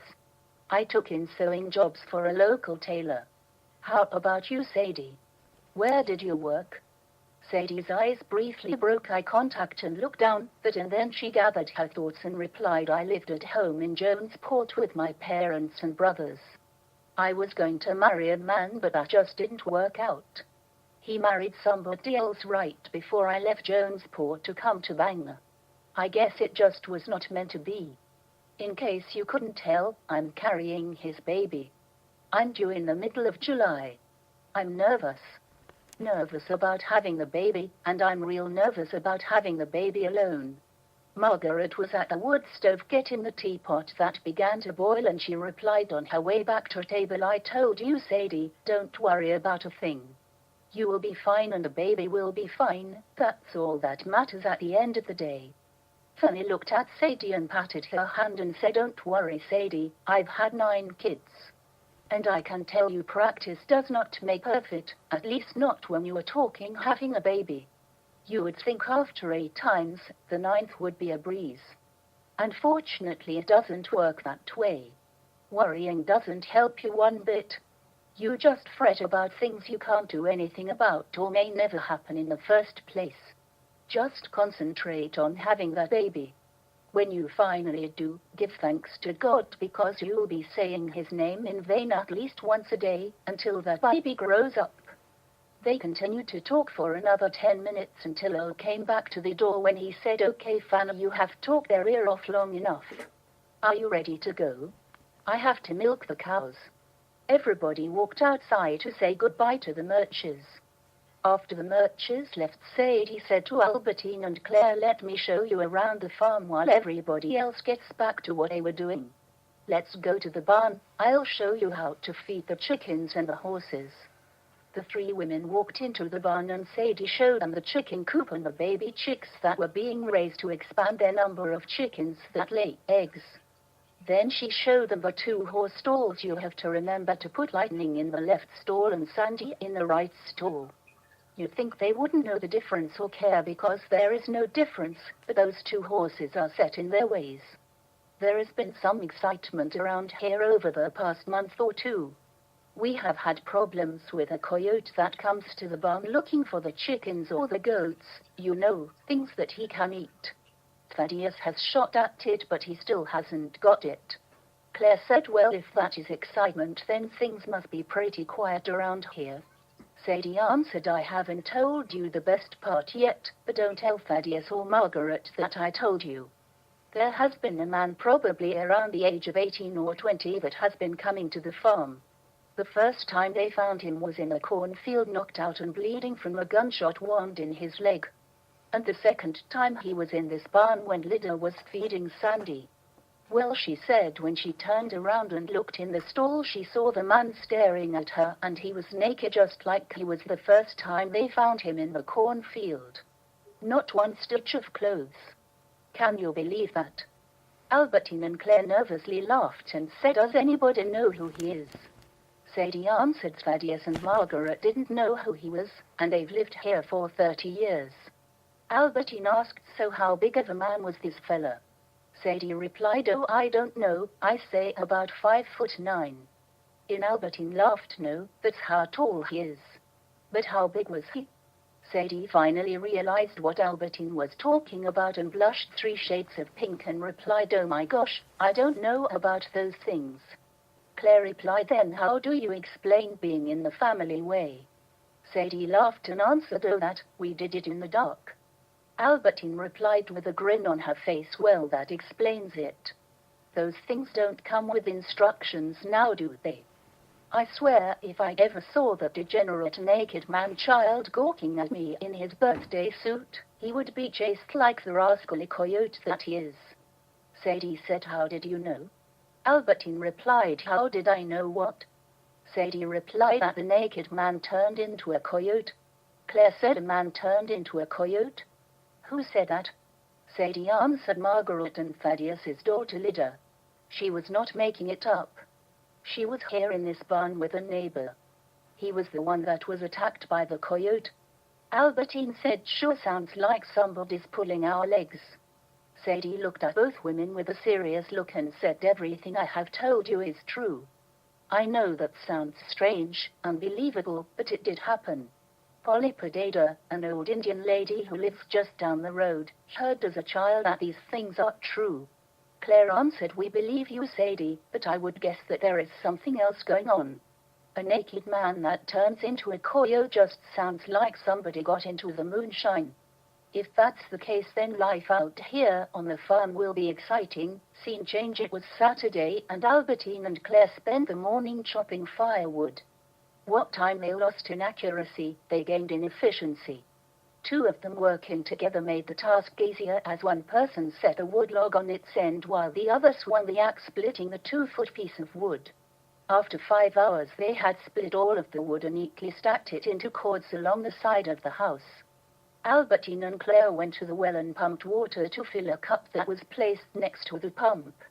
The well water was cold and it refreshed both women, making them forget the back gate that would surely come. Margaret came to the door and said, "Why don't you girls come in? Thaddeus and Lydia will be here in a few minutes for noon dinner. Patience is already in here, as we got all the potatoes planted already. This afternoon we will finish the turnips, onions, and carrots." Albertine and Claire stepped into the house and immediately smelled dinner. Claire said, "What smells so good? I'm starving and the smell of the food is torture." Margaret answered, "Patience made meat pudding. She has had it in the double boiler since 8 this morning. I can't wait to taste it." Thaddeus and Lydia came into the kitchen, followed by Sadie, who had taken laundry off the clothesline and was carrying it in a clothes basket. The group ate dinner for the next half hour when Thaddeus said, "Patience, that meat pudding sure was tasty. I sure wish I could take a nap on a full belly, but me and Lightning have a date to finish plowing the last 20 acres. Albertine said, "Thaddeus, give me a turn behind Lightning. I believe I can finish that 20 acres for you. You can take a shade tree and watch me." Thaddeus hemmed and hawed but was reluctantly talked into letting Albertine plow the field. Claire finished the laundry for Sadie while Margaret and Lydia finished planting a vegetable plot. Patience cleaned the kitchen dishes and started making a vegetable soup for dinner. Thaddeus sat under the tree enjoying a breeze when he tipped his head back to take a nap, thinking having all these women around has its advantages. For all practical purposes, the McDowell farm was efficiently run by women with the help of Thaddeus, who quickly learned to stay out of their way. Sadie, Albertine, and Claire did not grow up on a farm, but they learned very quickly how to hoe the row, feed the animals, chop the wood, and do whatever else needed to be done. As time went on, and Sadie's belly swelled, she only was allowed to perform the chores around the house that did not require strenuous physical activity. She fed the chickens, collected the eggs, and cleaned the horse stalls, providing the compost pile an endless supply of fertilizer. Lydia and Margaret spent most of their time on the vegetable patch and maintaining the small apple orchard, while Patience spent most of her time cooking and cleaning the dishes.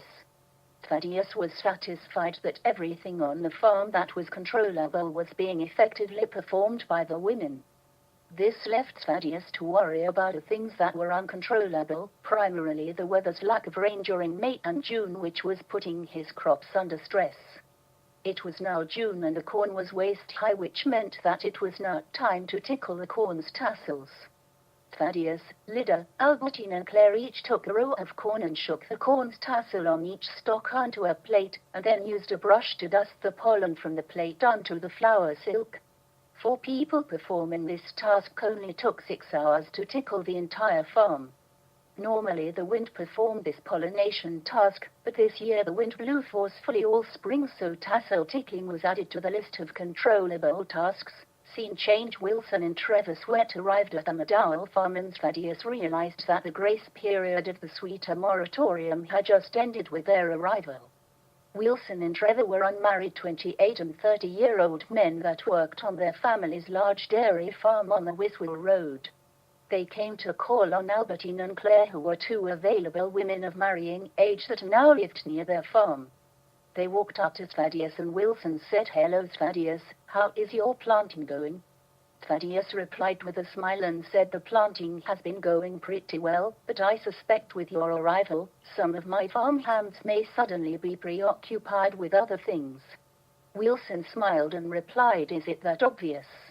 We would like to invite Albertine and Claire to come with our family to the Grange picnic this Saturday at Fields Pond. I hear quite a few families are going to show up. Would that be all right with you?" Thaddeus answered, "Thanks for asking, that's fine with me, except I'm not the one you need to ask. Albertine and Claire are no relation to me and don't need my permission. And from what I can tell, they'll never need anybody's permission to do anything they put their mind to, ever.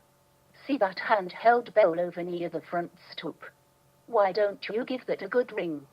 The girls have been out in the cornfields tickling the tassels, and when they hear the bell they'll come back." Trevor asked, "Tickling the tassels?" Thaddeus replied with a grin, "On this farm with all these women, they have to brush the tassels on all the flowers to make sure they get pollinated.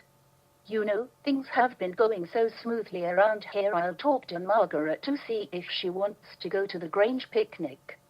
A few minutes after Wilson rang the bell, Albertine, Claire, Lyda, and Sadie came walking down the path that came from the back cornfield. Wilson and Trevor walked up the path to meet the group. Wilson was the first to speak. "Hello, Lyda." Then Wilson focused his attention on the other women in the group. Luckily, Lyda made introductions which helped Wilson and Trevor to know who Albertine and Claire were. Trevor spoke. "Claire, Fanny Murch stopped me the other day at Herrick's Market and suggested that Trevor and me should come and introduce ourselves. I know that you are new to this neck of the woods, so I came here to see if you wanted to go with me to the Grange picnic this Saturday out at Fields Pond." Wilson piped in, "Albertine, I was also wondering if you would go with me to the picnic." Albertine and Claire had a surprised look on their face. Then Albertine said, "That would be nice. Where is Fields Pond?" Claire answered, "Trevor, yes, Trevor, going to the picnic sounds delightful." Wilson said, "Fields Pond is just a stone's throw away. From here it's about a 25-minute wagon ride." "Okay, so Trevor and me will pick you 2 up at 10 o'clock Saturday morning. We will take care of the picnic basket, so bring your appetites." Later that day, Thaddeus asked Margaret whether she, Lyda, Sadie and Patience wanted to go to the Grange picnic on Saturday. Margaret answered, "We are in pretty good shape as far as the planting goes. It's all done, now we just have to tend to them when they come in. Besides, I feel sorry for Sadie. I hope she did not feel slighted by the Sweat boys by being excluded. So let's go to the picnic, it should be fun." Scene change. Saturday came and the Sweat boys picked up Albertine and Claire in their wagon and then left for Fields Pond. Thaddeus harnessed Sandy to the wagon and soon Margaret, Lyda, Sadie, and Patience joined him in the wagon. Margaret said, "Sadie, why don't you sit up front with Thaddeus and I will sit in the back? The road to Fields Pond is all washed out and bumpy. I don't want to see you thrown around in the back of the wagon in your condition." Thaddeus drove the wagon into the large field that was along the shore of Fields Pond. Sadie got out of the wagon and looked at the water and realized that it was not a small pond, as it was a body of water 2 miles long and 1 mile wide. Margaret spread 2 blankets on the ground under a shade tree, and Thaddeus carried the picnic basket and placed it on the blankets. Once they set up where they would have their picnic, Margaret and Thaddeus walked around and said hello to the other people picnicking nearby. Lydia disappeared with Lillian Murch and Stillman Littlefield down towards the water. Sadie felt out of place tagging along with Thaddeus and Margaret, and she was self-conscious about her belly showing that she was having a baby. The big attraction at the picnic was 4 horseshoe pits that were set up for a tournament to find the best horseshoe thrower who would take home the prize of a bottle of whiskey. Thaddeus went to the horseshoe pits to test his talents. Margaret, Patience and Sadie sat with the rest of the women and talked about current events, politics, and gossip. Margaret joined in on the current events but shied away from the discussions involving politics and gossip. Claire came up and asked Sadie to join them so that she would not be stuck talking to the opinionated gaggle of geese. Sadie happily left and joined Albertine, Claire and the Sweat boys. A few of the women looked at Sadie as she walked away with Claire, and they made comments amongst themselves punctuated by snickering and giggles that Margaret could not hear but could tell they were not flattering. A few moments later, a farmer that lived on the Tomb Road named Butch Hutchins had just lost to Thaddeus playing horseshoes and was now out of the running for the tournament's bottle of whiskey. He walked over from the horseshoe pits and collapsed to the ground out of breath, sweating excessively from his temples, forehead, and armpits. He drank from a bottle of whiskey that seemed to be getting the better of him. His wife Dolores wearily sat next to him, brandishing a black eye that she previously said came from a hammer that had fallen from the hayloft and hit her in the eye. Fanny Murch came up and said, "Hello, Margaret, nice to see you here. I've been watching the horseshoe tournament and see that Thaddeus has a talent of getting a ringer. I see Trevor and Wilson Sweat came with Claire and Albertine. They are such nice young men and will show the girls a good time." Butch Hutchins heard Fanny's comment and said to his gaggle of gossipers, "I hope the Sweat boys don't show those girls as good a time as that pregnant one seems to have gotten. How did she end up here? Pregnant and unmarried. Girls like her usually end up working in the saloons over in Bangor, not out here with God-fearing people. Look at her, she's with those other 2 girls that aren't married flaunting their goodies. I hear they are living at a farm out on the Wiswell Road with a bunch of Catholics.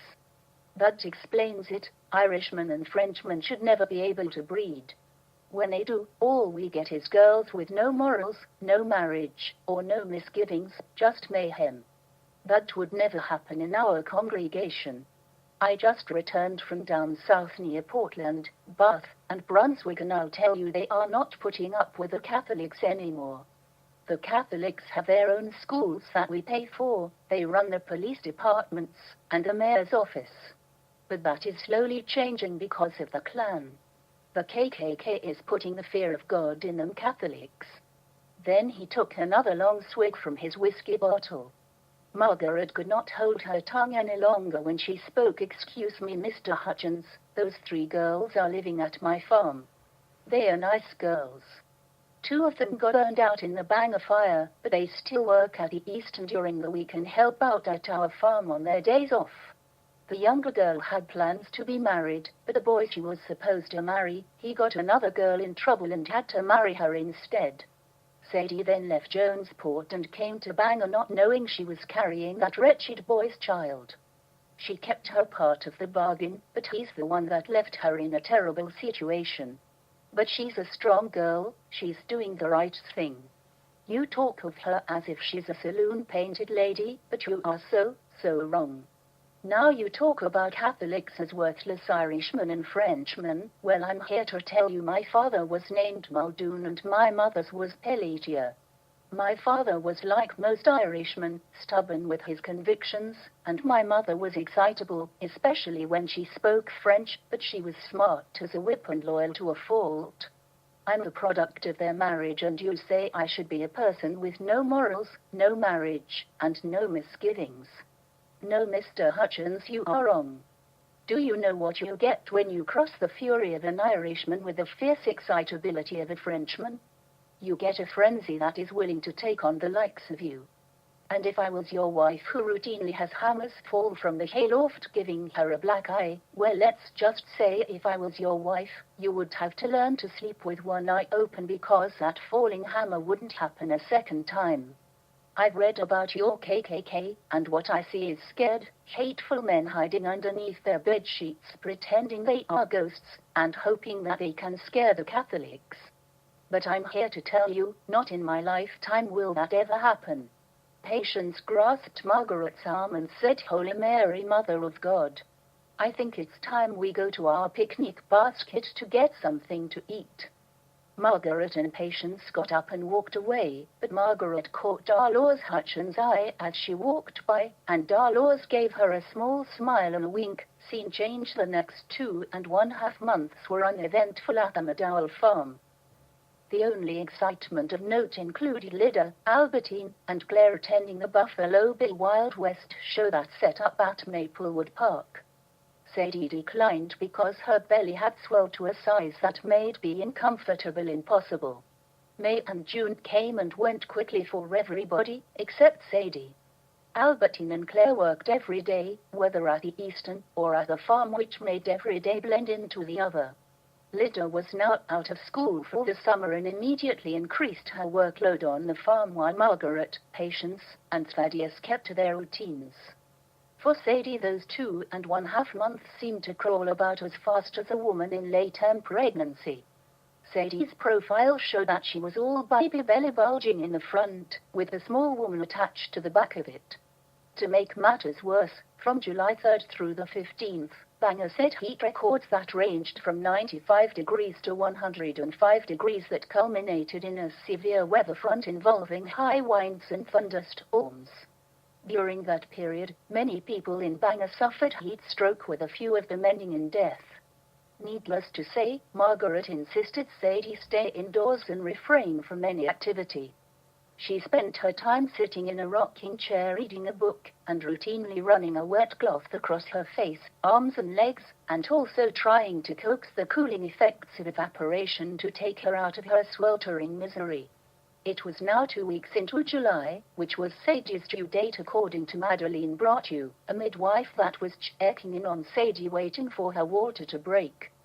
Finally, Sadie's anxiety peaked after her water broke at 7 in the morning on Saturday, July 17th.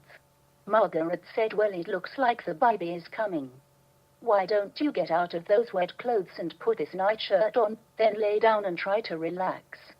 I have sent Thaddeus to go get Madeline. I would expect it may take as long as 12 hours before you will feel the need to push the baby out, being this is your first child. Other than feeding the animals, not many other farm chores were performed that day on the McDowell farm. Other than Sadie's water breaking, she did not feel any contractions all day. Trying to speed things along, Madeline had her walk around in circles inside the house, hoping that gravity would hurry up the process. It was now 7 in the evening when Sadie felt her first contraction. At first she didn't know what it was, just thinking it was cramps. But when that feeling became more regular and pronounced, she realized she should tell Madeline. I think the baby is letting me know it is thinking of coming out. Madeline replied, okay, good. Let's start timing them. The next time you feel one, let me know so I can measure it with my watch. Lydia, honey, can you go get me some towels and a sheet? I'm going to wash my hands with soap and warm water.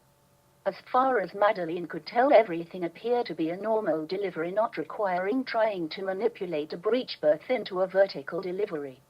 Thaddeus said, I think I'll go upstairs until Sadie has the baby. I think 6 women staring at Sadie is enough. Sadie, I'll see you when you are a mama. By 11 p.m. Sadie was experiencing acute pain with each contraction. Madeline told Sadie, fight the urge to push until I can see the baby is on its way through the pelvis. That happened 15 minutes before the witching hour. Okay, Sadie, the next time you feel a contraction, try to push at the same time. That baby wants its mama. Sadie felt as if her insides were trying to break loose when she agonizingly muttered a comment aimed at the baby's father, Edwin, I think this baby has your big head. Madeline said, I see the shoulders. Won't be long now, Sadie. The next contraction, push like you have never pushed before. Sadie screamed in pain as her face turned red from straining, and finally, Madeline said, the baby is out. Sadie, you have a beautiful baby boy. All the women came behind Madeline to see the baby as she held him in a towel so she wouldn't drop the slippery baby. Sadie, do you want to cut the cord? Sadie was exhausted and said, Lita, do you want to? Lita shook her head yes and took the scissors and cut the cord, which was like cutting a wet fibrous vine. Once the baby was free, Madeline handed the baby to Sadie. Meet your son, dear. Do you have a name yet? Sadie answered, I was thinking Arthur. How does that sound? Margaret replied, that is such a nice name. Little Arthur it is. Scene change. The remaining months of July and August continued to be scorchers. However, Thaddeus could still sleep at night knowing that the amount of rain was enough to keep his crops growing. Corn loved sunshine as long as it was able to receive rain every few days. It was now the third week in August, and Thaddeus had been looking at the ears of corn which appeared ready to be picked. The kernels were full and contained a milky-colored fluid when he pierced one of the kernels. It was another muggy Saturday in late August when Thaddeus, Lydia, Albertine and Claire went into the cornfields with the women wearing scarves tied around their head to block the sun from beating down on their heads and necks. They began at the beginning of a row of sweet corn when Thaddeus said, grab the ear of corn and push down, then twist the ear and it comes right off. Once the ear is off, just throw it in the back of the wagon. Sandy knows the routine and will slowly move down the row of corn as you pick. We will pick half of the sweet corn this week. The rest of the sweet corn and the cattle corn we leave until October to pick. By then it will be good and dried out and ready to be turned into cornmeal and feed.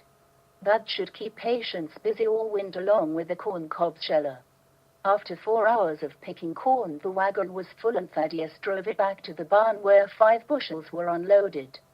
Thaddeus delivered the remaining corn in the wagon to the 5 general stores along Main Street, along with strawberry and raspberry preserves that Sadie and patients had made when the berries became ripe in June and early July.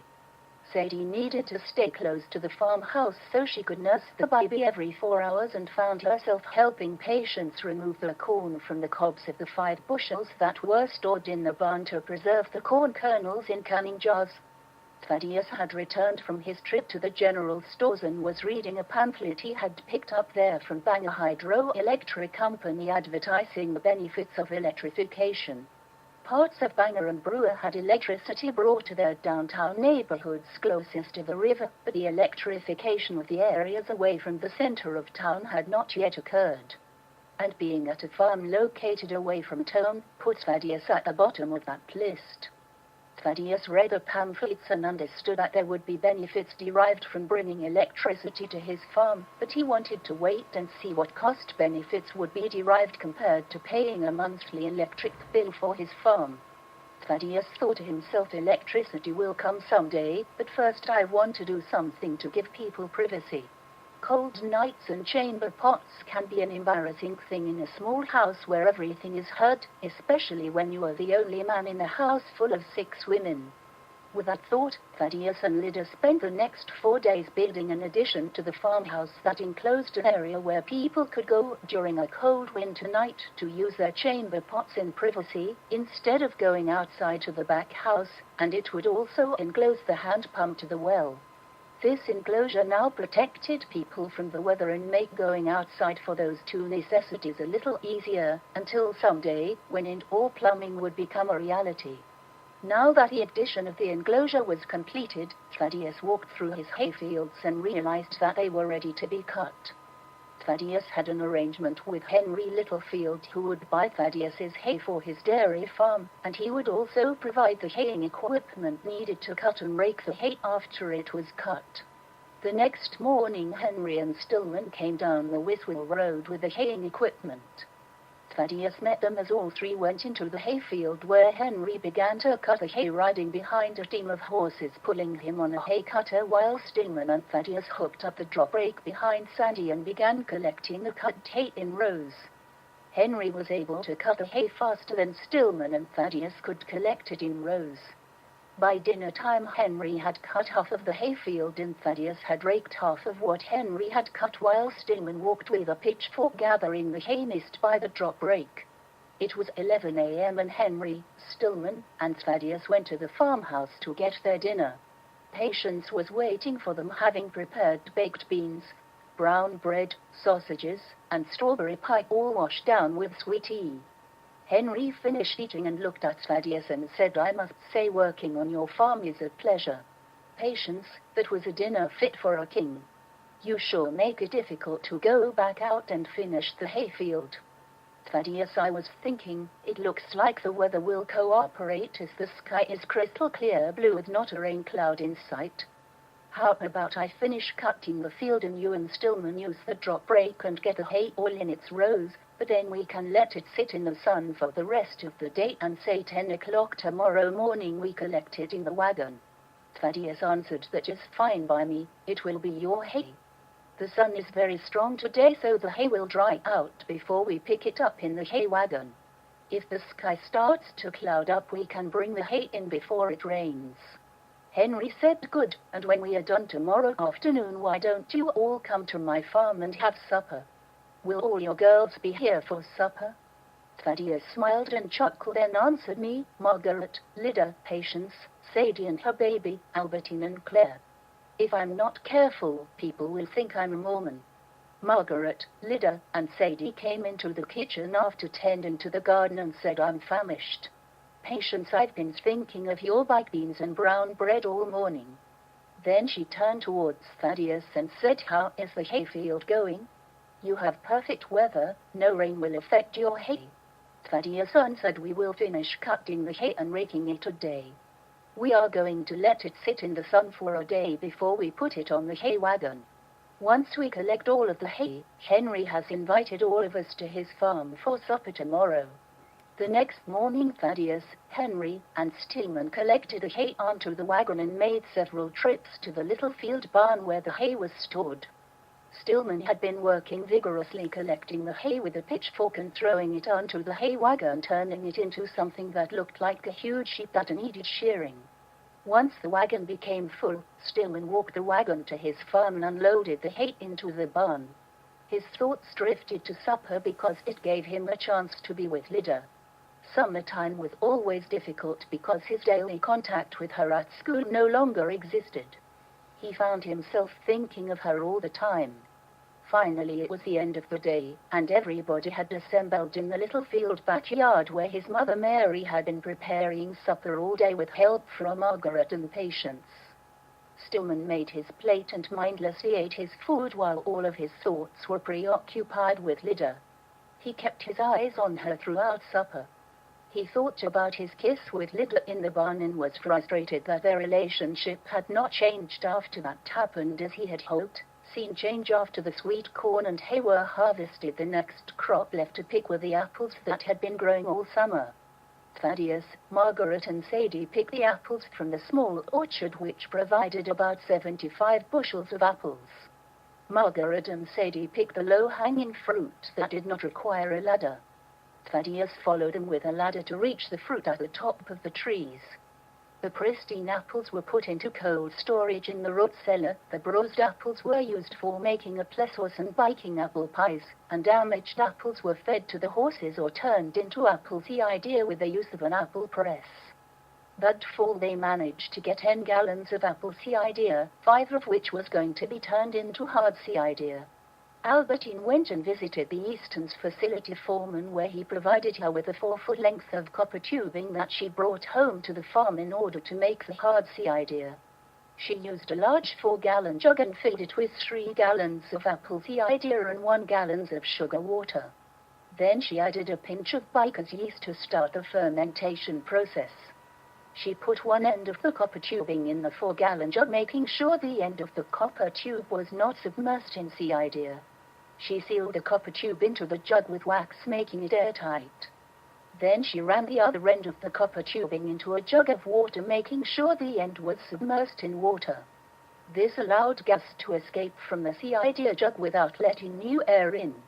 If everything worked, 6 weeks later they would siphon off hard cider with a 25% alcohol content. Scene change during September. Thaddeus, Margaret, and Sadie harvested the turnips, potatoes, onions, and carrots with the help of Lydia, Albertine, and Claire when they were available. This was completed by each of them dragging a hoe down one of the garden's rows, exposing the potatoes of various sizes, turnips, onions, and carrots that appeared in the earth like nuggets of gold, which were then collected and put in bushel baskets and carried to the wagon. This was back-breaking work for a crop that would provide many of the calories the family would consume during the next 9 months. By the end of September, all of the root crops had been picked from the earth and put into cold storage in the root cellar. The quantities that were not going to be consumed on the farm were sold off to the local general stores. Scene change. It was now the middle of October. The nights were cool, draining the green chlorophyll from the leaves, changing them into the vibrant yellows, oranges, and reds. Lydia wanted to take advantage of the bright sunny day by completing 2 loads of wash that she hung on the clothesline by early morning, giving enough time in the fall sunshine so that the laundry would be dry by mid-afternoon. When Lydia returned that afternoon from school, she collected the laundry from the clothless line and found that a flannel shirt and a pair of overalls were missing. Lydia was going to ask Margaret and Patience if they took any clothes off the line, but her thoughts were interrupted when Polypotato showed up carrying a basket full of turnips, potatoes, and onions and said, "Hello, Lydia, aren't you prettier than this fine fall day? I brought some vegetables for your father and mother.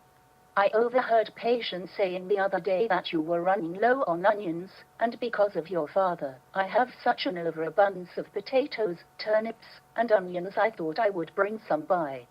Margaret came out of the farmhouse and said, "Hello, Polly, I thought I heard you out here.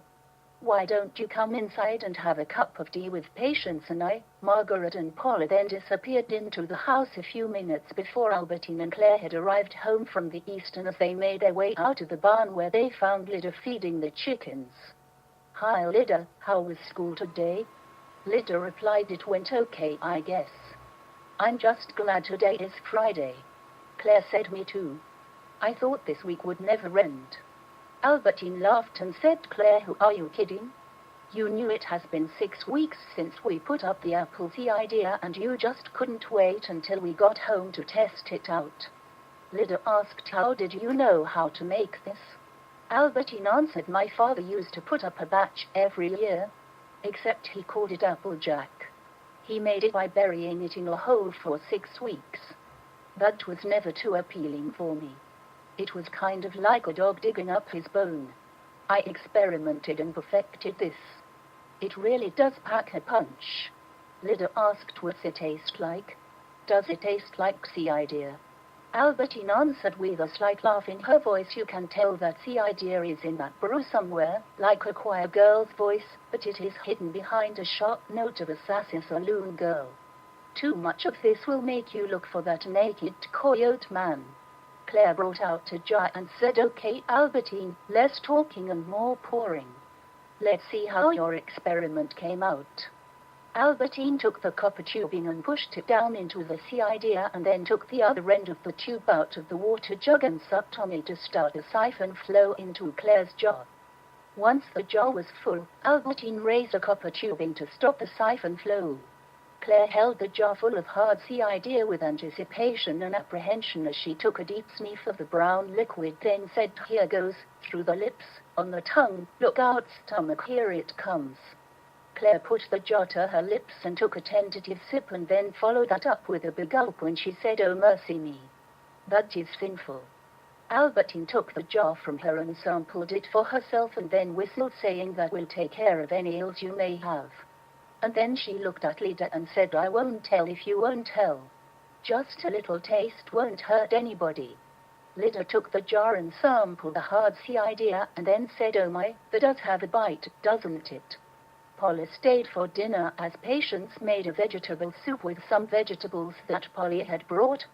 Once supper was over, Thaddeus went out into the back cornfield where he had been working, clearing the land of brush, stumps, and rocks that would give him another acre of farmland. He gathered the dead brush and stumps into a pile and then doused the pile with kerosene and started a small bonfire. Soon the bonfire captured the attention of the 7 women in the farmhouse, 6 of which walked out of the bonfire while Sadie stayed back at the farmhouse with Arthur. Before leaving the farmhouse, Albertine and Claire grabbed 7 cups and a jug before they walked out the door. When they arrived at the bonfire, Albertine started pouring everybody a cup of hearty idea and said Jesus had his wine, but since we don't grow grapes, my father's applejack will have to do. Thaddeus was not a drinker. Not because he was against it, but because it never made his list of priorities. He took the cup and drank it in a few minutes. The alcohol loosened up his stiff neck and saw back along with his tongue as he spoke more standing around that fire than he had that entire week. He looked at Albertine with a smile and raised his empty cup and said, "Here's to your father's applejack. How about another cup for medicinal purposes?" For the next 2 hours, everybody had 4 or 5 cups of applejack that made them feel no pain and turned them into an amateur vaudeville act. Albertine and Claire told stories about the colorful people that worked at the Easton. Patience talked about Margaret's response to Butch Hutchins at the Grange picnic. And then it ended with many rounds of creating rhymes feeding off the verse "There once was a man from Nantucket." This created much laughter and animated many of the women standing around the fire. Polly said good night to everybody around the bonfire and then made her way back to the farmhouse, stopping first at the back house before walking the 1/4 mile down the Wiswell Road to her small shack that she called home. It was now approaching 9 p.m., which was late for farmers. Butch Hutchins and his oldest son Clyde were coming back from Bangor after attending an informational meeting given by the Ku Klux Klan to discuss how the Protestants that were being locked out of politics by the Catholics could organize to improve their lot in life. He was driving his wagon down the Wiswell Road and saw a fire off to his left, making him stop his wagon to look at the fire. He struggled to understand what he was looking at. It was bigger than a campfire. Then he saw what looked like 7 women dancing around the bonfire, making loud shrieks as they bent over the fire. Butch said, "What the devil is that? What could they be doing at this time of night dancing around that bonfire like they are witches dancing around a cauldron? There is something peculiar going on at this farm. From what I understand, this is that Catholic fella's farm, the one that won the horseshoe tournament at the Grange picnic. His wife was a real troublemaker. She was just like one of those Catholics that were described tonight, a real troublemaker, that one. I hear, even though they are Catholics, they don't go to church on a regular basis. From what I understand, this fella has 6 women living at his farm plus his daughter who is of marrying age. One of the women recently had a baby. I'd sure like to know who the father is. I would wager that fella is the father. People need to know what is going on around here, and I'll see to it that they do." Butch Hutchins and his son sat in the wagon and watched the women around the campfire for another 5 minutes. Suddenly, a dark shadow appeared from nowhere and spoke in a low, raspy voice, "You do not belong here, and you are intruding on things you should not see. Beware what you gaze at, as there are things that lurk in these woods that will glare back at you with fire in its eyes. Move along before it's too late." Butch didn't know who was speaking to him, but he could tell it was an old voice spoken by a dark, ghoulish-looking shadow standing at the side of the road. He did not hear it coming, and now reacted to an unsettling feeling in his stomach that made him quickly yank on the reins of the horse to pull his wagon away from the shadow. The small dark shadow watched the wagon disappear up the road to the top of Copeland Hill, before the shadow turned to walk to its shack a 1/4 mile down the road. Back at the campfire, it was now time to call it a night. The fire had died down to embers, and that meant the night's cold air could be felt for the first time. The group of 6 people made their way back towards the farmhouse singing songs, never knowing that there was another set of glowing eyes that watched them from the woods. The following Monday, Stillman, Littlefield, and Lillian Murch stopped at the McDowell farm to pick up Lydia for school. Lydia had been waiting by the road for 15 minutes for them to arrive, which was very unusual because Stillman was always as prompt as the sunrise. When he pulled up, Lydia noticed that he was wearing moccasins that barely covered his feet. Lydia looked at Stillman and asked, "What do you have on your feet? Where are your boots? Those moccasins barely go on your feet." Stillman replied, "That's why we are late. When I walked out onto the porch this morning to put my boots on, they weren't there. My mama doesn't like me tracking mud all through the house, so she has me take my boots off on the porch. That's what I did last night, and when I came out this morning they were gone." Lydia replied, "You know, that happened to me." Lillian asked, "Somebody stole your boots too?" Lydia answered, "No, I mean when I was doing the laundry the other day, I swear that a flannel shirt and a pair of overalls went missing. I forgot to ask my mother or Patience if they knew where they went. Strange. That is so strange that I was missing a flannel shirt and a pair of overalls and you are missing a pair of boots. I wonder if there are hobos passing through." Lillian said with a grin, "Or maybe that naked coyote man doesn't want to be naked anymore." Stillman answered, "It's not funny. Those were my only pair of boots. Buying a new pair will set me back $1. I don't have $1. And I have the biggest clodhoppers in the family, so their old boots won't fit." Lydia heard Lillian and Stillman's responses, but she just sat there silently trying to figure out whether the coyote man was actually responsible for the missing clothes and boots. That was a disconcerting thought. Scene change. It was the second week of November, and Butch Hutchins had invited a group of farmers to the Grange Hall. These farmers followed the old adage, "Birds of a feather flock together," as they were all Protestants, Methodist, or Baptist. Once the group of 20 farmers had a chance to come out of the cold and catch up on personal matters, Butch Hutchins went to the front of the room to get everybody's attention and said, "Let's get started so we can get home to supper while it's still hot. A few months ago, my cousin, who lives just north of Portland, wrote me a letter telling me about a fella that goes by the name of F. Eugene Farnsworth. Well, my cousin went to see this man speak, and he said Farnsworth was a very likable man who said he was born and raised in Columbia Falls, but that he had spent much of his past years traveling around the country seeing how people from away think about things. My cousin said that he made a lot of sense to him. Then he tells me that this Farnsworth fella is coming north to Bangor and that I ought to go listen to him speak, so me and my oldest boy Clyde did just that. He explained where the country has been and where it's at right now. He said that this country has let all these immigrants from other countries come here from Europe. He said at first it was the Irish that came flooding into our country because of the potato famine back in Ireland. So all these Irish come flooding into America, or living in the same neighborhoods, and because of their numbers, they are able to elect their politicians that always show favoritism to the Catholics. At first it was lumbering jobs, but now they run all of the police forces, firehouses, and railroad jobs. Once the potato famine was over, the Catholic Church began running out of Irishmen, so they began to bring Italian, Polish, and Lithuanian Catholics to take all of the construction and stonemason work. Now we are seeing hordes of French Canadians coming over the border to Maine from Quebec and Nova Scotia, and they are settling in our mill towns, and yes, they are all Catholics, and yes, they are controlling all of the unions. Farnsworth went on to say the Catholics have their Catholic schools paid for by us, but when we tried to put our King James Bible into the public schools, the Catholics put a kibosh to it.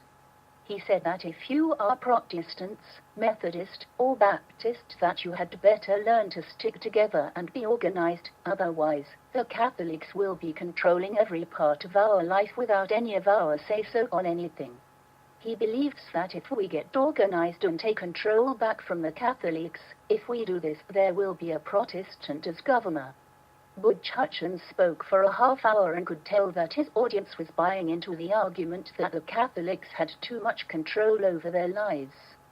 Then he brought up what he saw 2 weeks ago. A fortnight ago, me and my oldest boy Clyde were coming home from Bangor, and it is 9 o'clock at night, mind you, when we see that farmer at the bottom of Copeland Hill. You know the one with all the single women living there. Well, anyway, me and Clyde are in the wagon heading out the Wiswell Road, and we see a fire off to the left, so I stop the wagon to take a look. You know, I guess I was a little nervous because of the banger fire and all. So I'm checking that fire out that is off in a distance at the edge of the field, and at first I don't really know what I was seeing.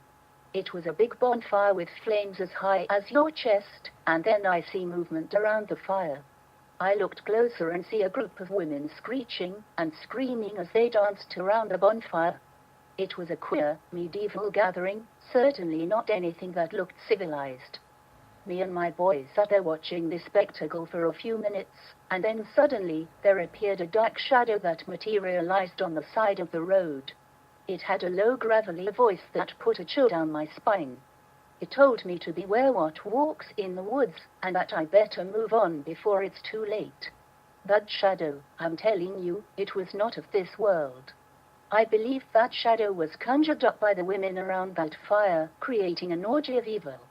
That farm is an unholy place, and needs to be scoured from our community. Scene change. It was 1 in the afternoon on a late April day. Mr. Richardson was staring out of the windows of the second-story classroom when he turned away from the windows to see who had just knocked at his classroom door.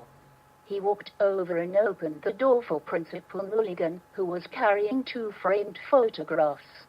They spoke briefly to each other in a low, hushed tone, and then Mr. Richardson turned to say, "Class, please stop what you are doing and give your undivided attention to Principal Mulligan.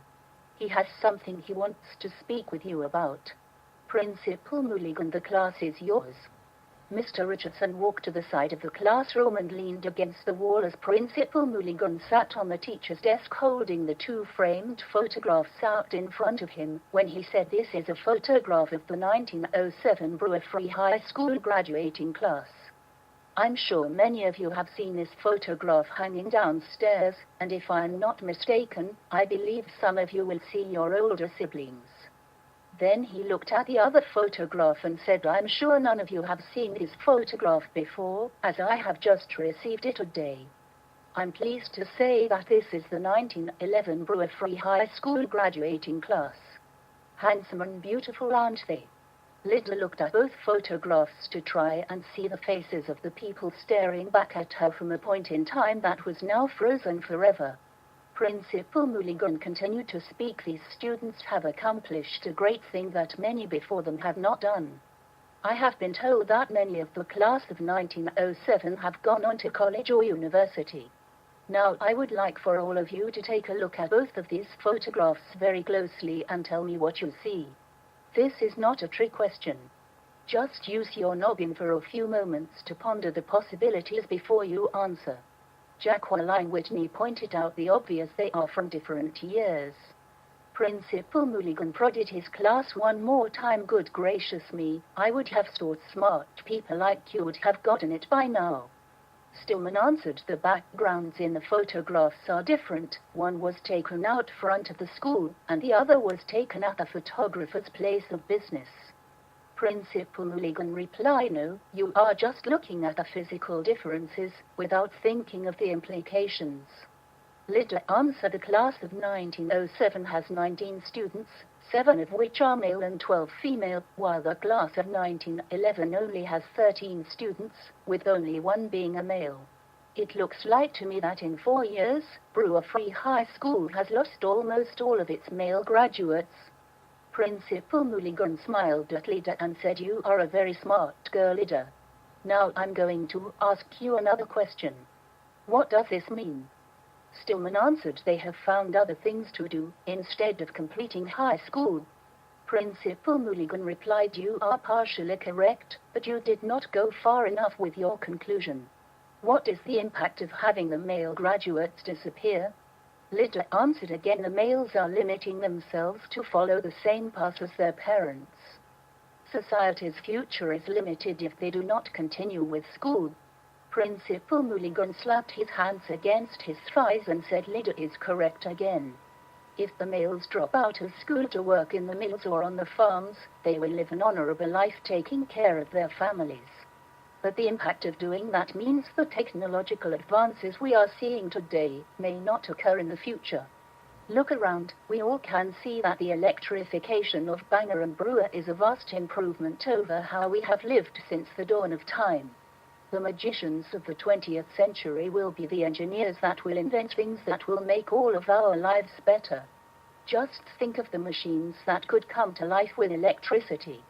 Think of the improvements in sanitation that will come with it or plumbing. I want you all to spread the word that Brewer Free High School will be introducing next year sports clubs that will make it more interesting for young men to stay in school and become tomorrow's engineers. Scene change. It was now the end of May, and Lydia was asked by her mother to walk down to Polly Potato's farm to ask her if she wanted to come for supper. Polly's farm was only a quarter of a mile down the Weaswell Road, but once Lydia was 100 yards away from her house, she could hear rustling in the brush that was on the side of the road, and it seemed to be following her. Lydia stopped walking and said, "Who is there? Who is in the woods following me?" She stood there for a minute and did not see or hear anything, so she continued her journey to Polly's farm. Lydia walked up to the front door and gave it 3 quick raps. Polly yelled from within the house, "The door is open, come on in." Lydia opened the door and walked into a sparsely furnished house that had a small kitchen table and 4 chairs, a rocking chair with a small table sitting next to it with an oil lamp, and a hutch that had a pitcher of water and glasses on top of it. Lydia was the first to speak. "Hello, Polly, my mother wanted me to ask you if you wanted to come for supper. I think it is going to be lamb chops, sliced potatoes, spinach, and boiled onions. And I think I saw Patience mixing batter for a cake." Polly replied, "Oh my, that sounds divine. Yes, please tell your mother yes. What time should I show up? And should I bring anything?" Lydia answered, "You can come any time, but dinner will be 6 o'clock. My mother said to tell you not to bring anything other than your appetite." "Okay then, I'll see you about 5 o'clock, replied Polly. Lydia said, "Okay, Polly, we will see you at 5 o'clock. Then Lydia started to walk out the front door when Polly said, "Wait, this almost slipped my mind. Tell your father that I have seen a coyote the past few days.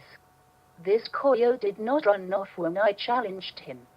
So tell your father he should keep an eye out for his small animals. This is a sneaky one." Lydia answered, "Maybe that is what I heard in the bushes along the side of the road when I came down here. It sounded like something was following me, but I never saw anything."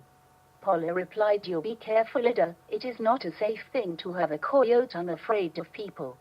Lydia walked down Polly's driveway to the Weaswell Road, where she hung a right and started to walk towards her house.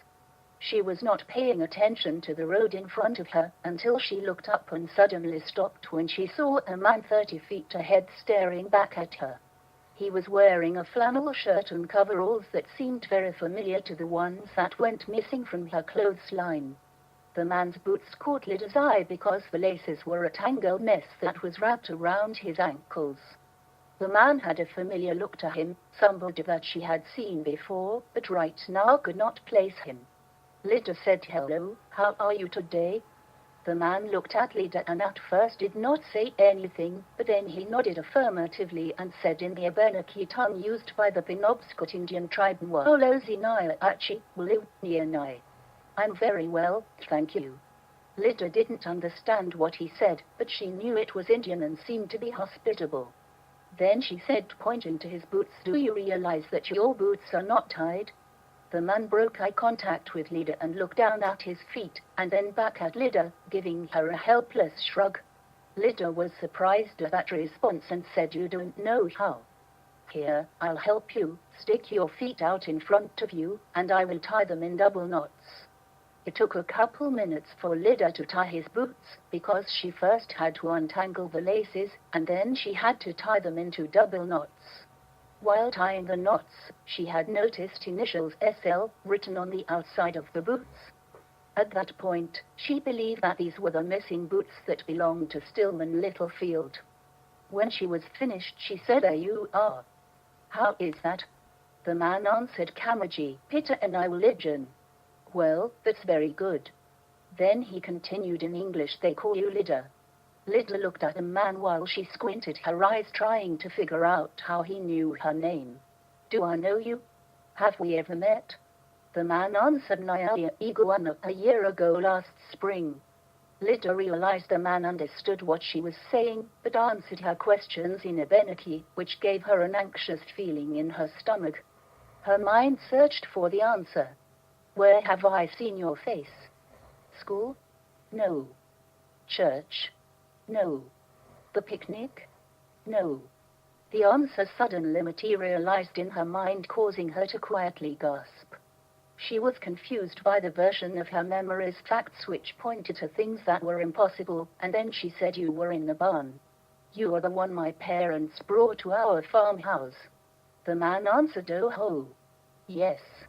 Lydia continued to try and get her answers. "I saw you turn into a coyote right in front of my eyes." "What are you?" "You are not a man." "A man cannot do that." The man replied, "I'm the same as you. I'm many things. To some I'm I'm Jejak, a blessed soul. To others I'm a jig watcher by a wicked ghost." "What are you? Do you know anything other than what you have been since you were created?" "You are a woman from your first memories." "I cannot ask you why. You are not a horse. You are what you are, and you are what you always have been. You and I are not that unlike. We have both been created, and only know that our lives have been this way since we came into being." Lydia continued her cross-examination. "Where did you come from?" The man replied, "I come from here. I come from this place, same as you. Ki, Apwen, Xelamson, Squida, Nibi. Earth, air, the wind, fire, water." Lydia replied, "I don't think so. I came into this world as my mother's child, and I live at the place my parents have created for me." "Do you have a mother that brought you into this world?" The man answered, "Yes, in a sense this place is my mother. I only know my being here has always been." Then the man spoke Viking, French, Spanish, and Latin, all of which sounded like baby gibberish to Lydia. Det forstabbed in type som kom hova barbara som har tänkt pit no som helst insight så obligat. Pusvindorteres QUIP in supplement av without les rapenses saisies dans un livre de verite. Entences otteres ageran consas propias libras de la verdad quinodis udias. Lingua ex libro tuo veri facit simplex nuntia superfluva lutua. Effugit me has usque quac verum librorum veritatum. The first of your kind who came here were barbarians that did not think about anything beyond the moment. Then came others who thought they had all the answers entered in a book of truth. Then others followed with their own books of truth that came from their God. The tongue of your book of truth makes a simple message unnecessarily complicated. The truth about your books of truth has always eluded me." Then the man said, "Truths come by many names. Gchin was God the Great Spirit, non-Gchin Tatog, the Almighty, Sazus, Jesus Christ, Pulwakap Oino, the Savior." Suddenly, Lydia heard a roar of wind, and a low rumble that was not quite thunder. She turned to see a black cloud heading her way. The sky was blue, other than the black whirlwind, so the sight was hard to comprehend. She stared at the cloud disturbance for 20 seconds. Then something large flashed by, creating a shadow that briefly blocked out the sun and disappeared. Lydia then turned back to look at the man and found he was gone. Only the flannel shirt, overalls, and the pair of boots he had worn were left in a pile in the road. Suddenly, everything went quiet, and the black cloud disappeared as if it had never been there. She thought, what just happened? I just spoke with a being that is beyond any explanation, but I know I spoke with it, and it contacted me. Why, I don't know, but I'm keeping this to myself. Scene change. Growing seasons came and harvests went on the McDowell farm. It was now 1915, and the once temporary living arrangements of Sadie, Albertine, and Claire naturally settled into a permanent way of life on the McDowell farm. Everybody shared in doing the farm work, which was done very efficiently and without any conflicts. Sadie's little Arthur grew into being the prince of the McDowell kingdom, who had one mother and the equivalent of 5 grandmothers and 1 grandfather, along with dog that followed him around the farm keeping watch over him. Lydia was now in her last year of high school, which meant that it was a time requiring decisions that would define what she did for the rest of her life. She was 18 years old and had been very content going to school for the last 4 years and working on a farm, but she knew that if she stayed on the farm, her future would gravitate towards getting married to a farmer or a mill worker and starting a family. That was not something that she wanted to do at that moment in her life. Principal Mulligan's push to get more boys enrolled in the Brewer Free High School had been successful with the addition of football and other team sports, and many were planning to go on to college after graduation. That was where Lydia had her dreams focused on. She had made inquiries, with the assistance of Mr. Richardson and Principal Mulligan, who wrote letters of recommendation to the Farmington State Normal College, expounding about Lydia's academic accomplishments, and her ability to teach other students in her class, making sure they understood the lesson. Lillian Murch didn't want to stay on her family's farm, which was a point of heated contention with her parents. She read Lydia's recommendation letters and said, "Why do you want to be a teacher? Wasn't 12 years of torture long enough for you?" "It was for me, that's for sure." "What's with the name Farmington State Normal College? I mean seriously, do they have a school called Farmington State Abnormal College? If they do, I can only imagine the cretins that you would be teaching." Lydia replied, "I don't know, Lillian. I just enjoy learning. It seems that living on the farm would smother me just now. Maybe someday, but not today. With everything that's going on in the world, I just want to be a part of it." I look at Albertine, Claire, and Sadie, and see 3 girls that wanted something different for themselves. For gosh sakes, they left Canada and came to Bangor all alone, without anybody's help. And look at Sadie, she had her heart broken by a boy that wasn't worth the dirt you would scrap from your shoes after cleaning the barn stalls. She came to Bangor all alone, looking to start over without any help from her family. I don't know how to approach it with my parents, but I guess I have to do it, sooner rather than later. Scene change. Everybody was sitting at a supper table finishing their Sunday dinner of roast chicken. Albertine said Margaret's supper was very tasty. The chicken is crispy on the outside and moist on the inside. I must say, I'm afraid to ask which chickens these were. I get attached to them out in the hen house, but I understand when they stop laying eggs, they serve another purpose. Margaret replied, "I agree, Albertine, that's why Patience was kind enough to do this. She is much more practical and sensible than I'm." Patience smiled and chuckled when she said, "And I have a fondness for roasted chicken suppers." Thaddeus changed the subject and said, "I hear Lillian Murch and Charity Sweat have found a job over in Bangor at the soda fountain in Freeze's department store. The way they figure it, between the two of them, they think they can afford to rent a room at one of those flop houses disguised as boarding houses." Earl Murch and Alberta Sweat are beside themselves worrying about them. All the talk about women getting the right to cast a vote has gotten into all these young girls' heads. With a vote, they think they'll know what makes the world go round. They have no idea of the roundnecks that come into Bangor on all those ships, all the loggers coming down the river from up north. They are all looking for whiskey, women, and a good time, but there is nothing good about it. Claire replied, "Thaddeus, it's not as bad as you think. Albertine and me found work and a decent place to live over in Bangor until it all burned down in the fire. Those young girls may surprise you. They come from good families, they have good heads on their shoulders, and as soon as we get the vote, we will put a woman in the White House. Running the country can't be much more different than working on a farm. There is always too much work to do, but never enough hours in the day to do it." Thaddeus replied, "May God have mercy on our souls, if a woman never gets to the White House." Patience replied, "To the best that I can figure, presidents spend a lot of time talking to other politicians. They don't appear to put in an honest day's work, just jawing about something, but if it is talking that makes a good president, then I think a woman would make a fine one.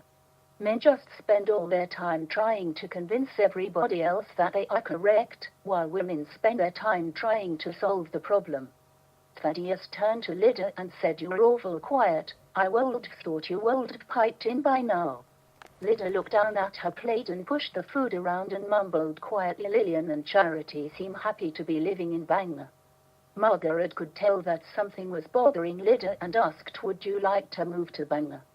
Lydia hesitated a few moments, and then replied, No, I wouldn't like to move to Bangor." Margaret could tell there was something else that Lydia wanted to say, and she asked, "Where do you want to live?" Lydia put down her fork and looked up at her mother and her father and said, "I have applied to the Farmington State Normal College. I was thinking that I want to become a teacher." Thaddeus shot Margaret a glance, and then asked, "When did you plan on telling us?" Lydia answered, "I don't know. I just know that there is something else out there for me. I'm not ready to live on a farm, or work in a factory, and raise a family. There's nothing wrong with those choices, but I really enjoy the thought of teaching. I think it's something that I'm good at, and I enjoy it." Thaddeus replied, "Well, the world needs teachers. If that is what you want to do, then I think you should do it." Lydia looked at her father with a surprised look and said, "Really?" Margaret answered, "Lydia, you would make an exceptional teacher." Sadie spoke, "Heck, Lydia, if you're going to be a teacher, I just might go back to school and be the oldest 12th grader in the world." Claire added, "No, you won't, Sadie, because if Lydia becomes a teacher, I'll go back to school." Albertine said, "Sorry, Lydia, I'm not going back to school. I'll stay here on the farm with Arthur. We'll catch fireflies and go fishing." Scene change. Lydia, Sadie, and Stillman took a ride in Stillman's wagon over to Freeze's department store. They walked up to the 7th floor and walked through every floor on the way down, stopping at the lunch counter where Lillian Murch and Charity Sweat were working. All three of them sat at the counter. Lydia already knew what she was having. She had heard people at school raving about it, and now was her first opportunity to try it. "I'll have a chocolate ice cream cone." Sadie said, "That sounds good." "I'll have a strawberry vanilla ice cream cone." Stillman said, "Make that too." Lillian said, "Okay." Charity is just getting the strawberry vanilla from the electric freezer now. "But I can get a chocolate cone made. I'll be right back." Lillian started making the waffle on a small electric waffle iron. Once the waffle was cooked, she rolled it into a cone and let it sit until it cooled and became firm. A few minutes later, she brought the chocolate cone over to Lydia and said, "Enjoy it. I could eat these all day." Charity appeared from her back room with the vanilla strawberry ice cream that she had just taken from the electric freezer. A man wearing a white shirt and pants, who must have been their boss, came down to look at the ice cream Charity was holding and said, "Charity, when you give me ice cream, that is magic. I can sell scoops all day. But when that ice cream turns into goop, well, then it's not ice cream anymore. It's not. Oops. I can't sell scoops of oops. Make these 2 ice cream cones, and then put the ice cream back in the electric freezer so that it gets harder." The man left and walked down to the other end of the lunch counter when Stillman said, "I'd like to change my order. Can I have a scoop of oop?" Lydia and Sadie burst into laughter, while Lillian and Charity rolled their eyes, not wanting to have their boss see them laughing. Once their laughter died down, Lydia said, "It is official. I'm going to Farmington in 3 weeks to go to school. I can't believe it. I'm finally leaving home." Scene change. Things at the Grange Hall had taken a cold turn over the last few years. Thaddeus did not take any of it personally, as he knew it was being caused by a few malcontents. Thaddeus was a holiday Catholic, which meant he went to church on the religious holidays, but was not a reliable person to keep the church pew warm. Alberta Sweat walked up to Thaddeus and said, "I haven't seen you at church for the past month or so. Is everything okay?" Thaddeus replied, "Things are fine on the farm. I can't say they are quiet, with 5 women jabbering all the time, but things are good." Clyde Hutchins was standing nearby and overheard their conversation when he said, "I'd like to take a run at one of those girls you have on your farm, but if they are not churchgoers, I'm not interested." Thaddeus replied, "That's your loss." Butch Hutchins was standing a few feet away and overheard Thaddeus's remark and replied, "Well, at least I don't have a bunch of witches dancing around a bonfire in my backfield, gyrating and cackling spells and incantations, aimed at only God knows what." Thaddeus turned to face Butch Hutchins and squinted his eyes as he gave him a serious glare, saying, "You really are not right in the head.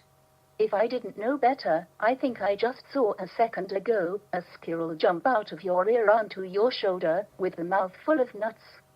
Alberta Sweat was listening to the entire conversation and burst out laughing. Albertus relayed Thaddeus's last conversation and other people began to laugh. Butch and his son Clyde did not appreciate being the butt of a joke. Butch Hutchins took a swing at Thaddeus, who was able to dodge it, and then Thaddeus threw 2 quick counter punches, forcefully knocking Butch to the floor.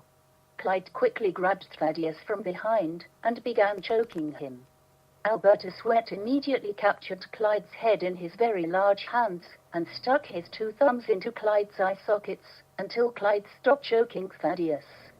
By this time others jumped in to stop the fight, and the Grange meeting came to an abrupt ending with Butch Hutchins nursing a black eye and broken nose and Clyde struggling with 2 sore eyes.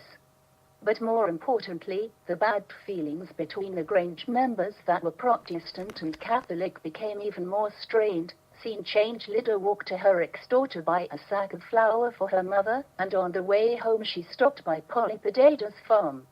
Lydia noted that Polly had 3 rows of pumpkins that had been growing along the Weaswell Road that she had not noticed before. Polly yelled through the window before Lydia got to the door, "Come in, Lydia." Lydia opened the door and walked in, seeing Polly standing by her wood stove with a teapot in her hand. "Join me for a cup of tea?" Lydia put her sack of flour down on the table and took a seat, saying a cup of tea would be nice. "I just noticed walking in that you have pumpkins growing up front. Do you like the taste of pumpkins?"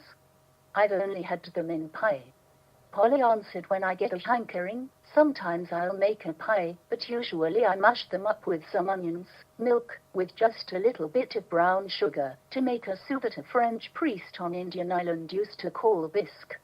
I've always liked looking at pumpkins. The color orange, I think that pumpkins are trying to be like a sunrise or sunset. They sit there in the field every day watching the sunrise with all that color, and then the sun travels overhead all day long, so bright white yellow that you can't look at it, and then at the end of the day, the sun sets in all those colors again. Very few things grow to turn orange, which is why I like them so. Orange pumpkins will always remind me of the beginning and the end of a beautiful day. Which reminds me, make sure I give you Little Arthur's good." Lydia replied, "Good." Polly answered, "Yes, back in July Sadie and Arthur came by, and for fun, I had Little Arthur take a nail and write his name on a good. Little Arthur went to work chiseling his marks on the skin of that good like he was writing the 10 Commandments for Moses. I told him if he puts his mark on it, then when the good was finished growing, it would know that it belonged to him, because his mark would forever be on it. Just look at the artwork on that good. It looked like Arthur was trying to make a cross, and then maybe an X, and look at these 3 squiggly things. He's an artist. There is no doubt that this is Arthur's good with all those special marks only he could make. You can't normally eat goods, but I always like looking at them as they are always trying so hard to compete with pumpkins." Lydia picked up her teacup, blowing on the tea to cool it off before she took a sip. When she put the teacup down, she said, "I have some news. I'm going away to the Farmington State Normal College to learn to be a teacher. I'll be leaving at the end of the summer, maybe early September. I will wait as long as I can so that I can help Daddy bring in the harvest. I'll have to take a train to get there. I sure hope I'm doing the right thing. I think I'm, but I won't know until I try it." Polly replied, "Follow that voice in your head. You are a smart girl. Answers to life's riddles come in due time. But the answers don't show themselves until you start to live your life.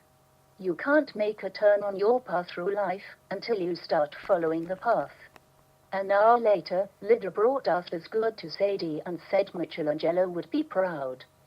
Sadie looked at the good and said, I think I will make these designs into something that will hold the tomato plants and sunflowers. I know just where to find willow tree branches that I can use to bend into these designs.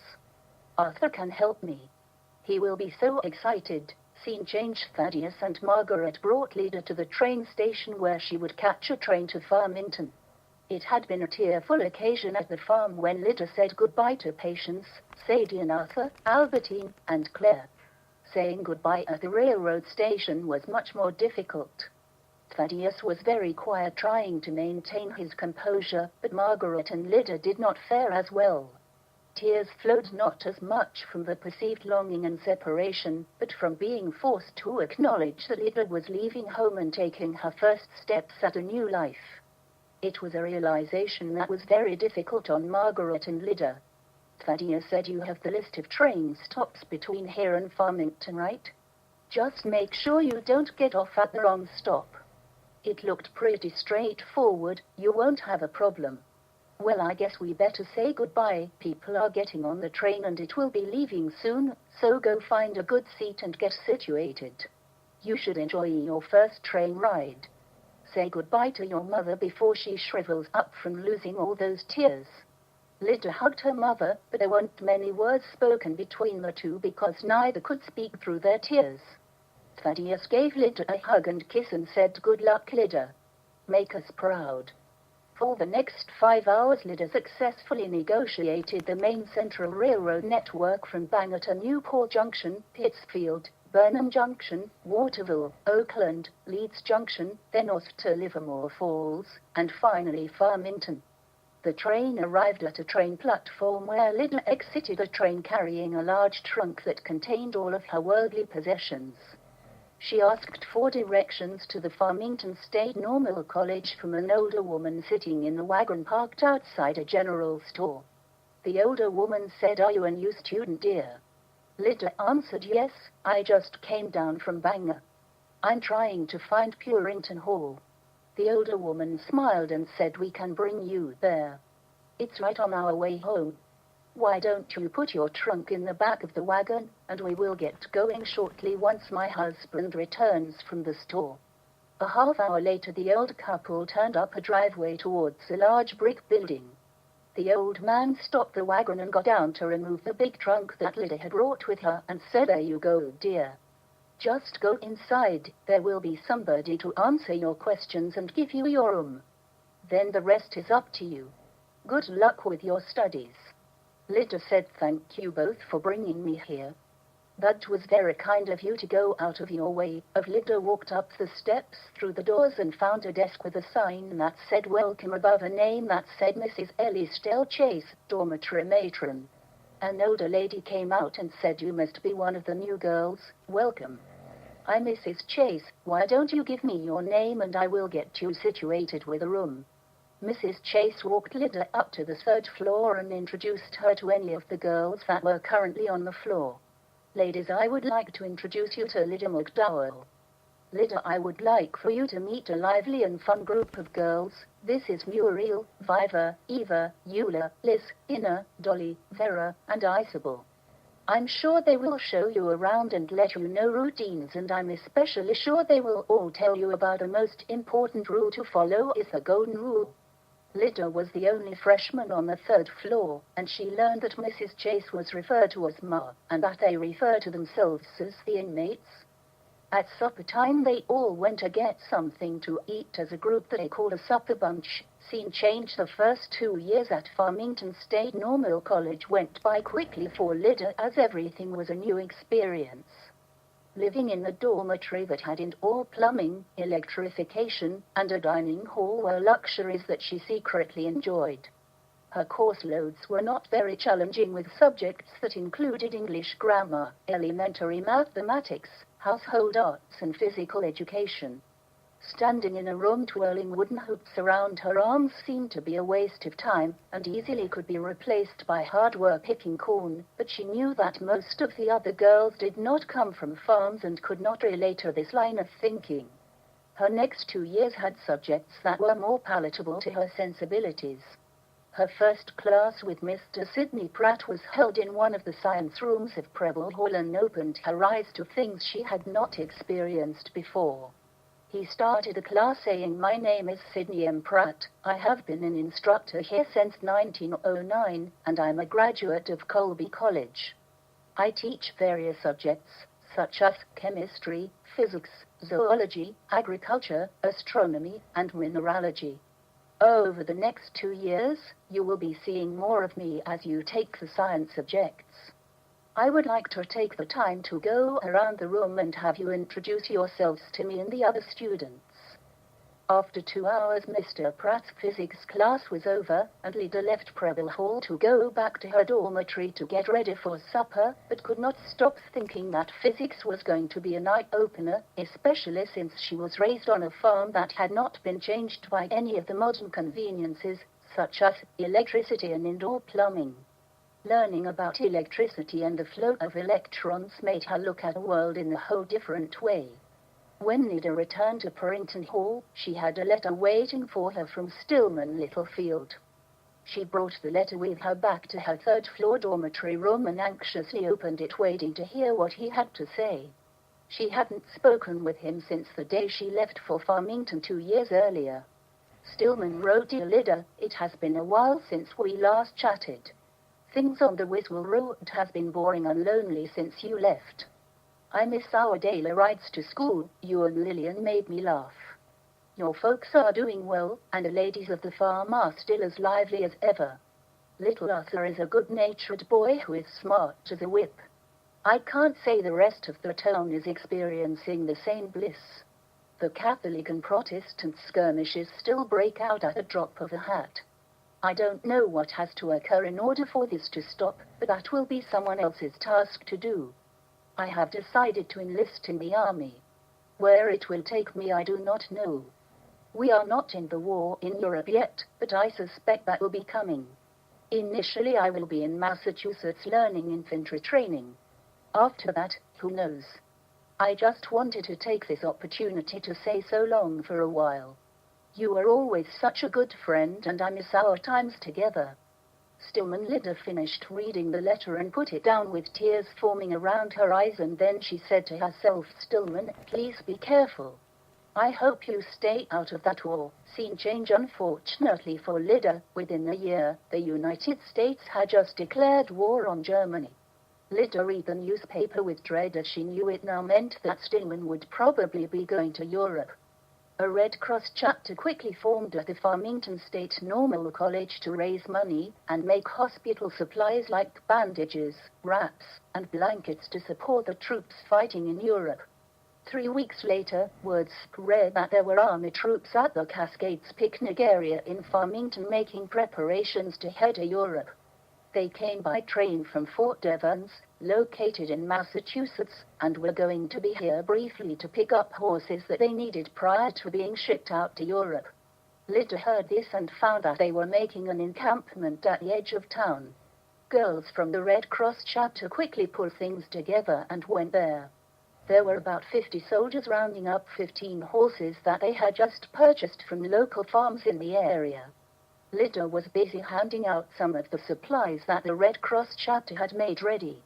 Lida was busy in a thought when she heard a voice call her name. "Lida, is that you, Lida?" Lida looked up and saw 4 soldiers standing 50 feet away.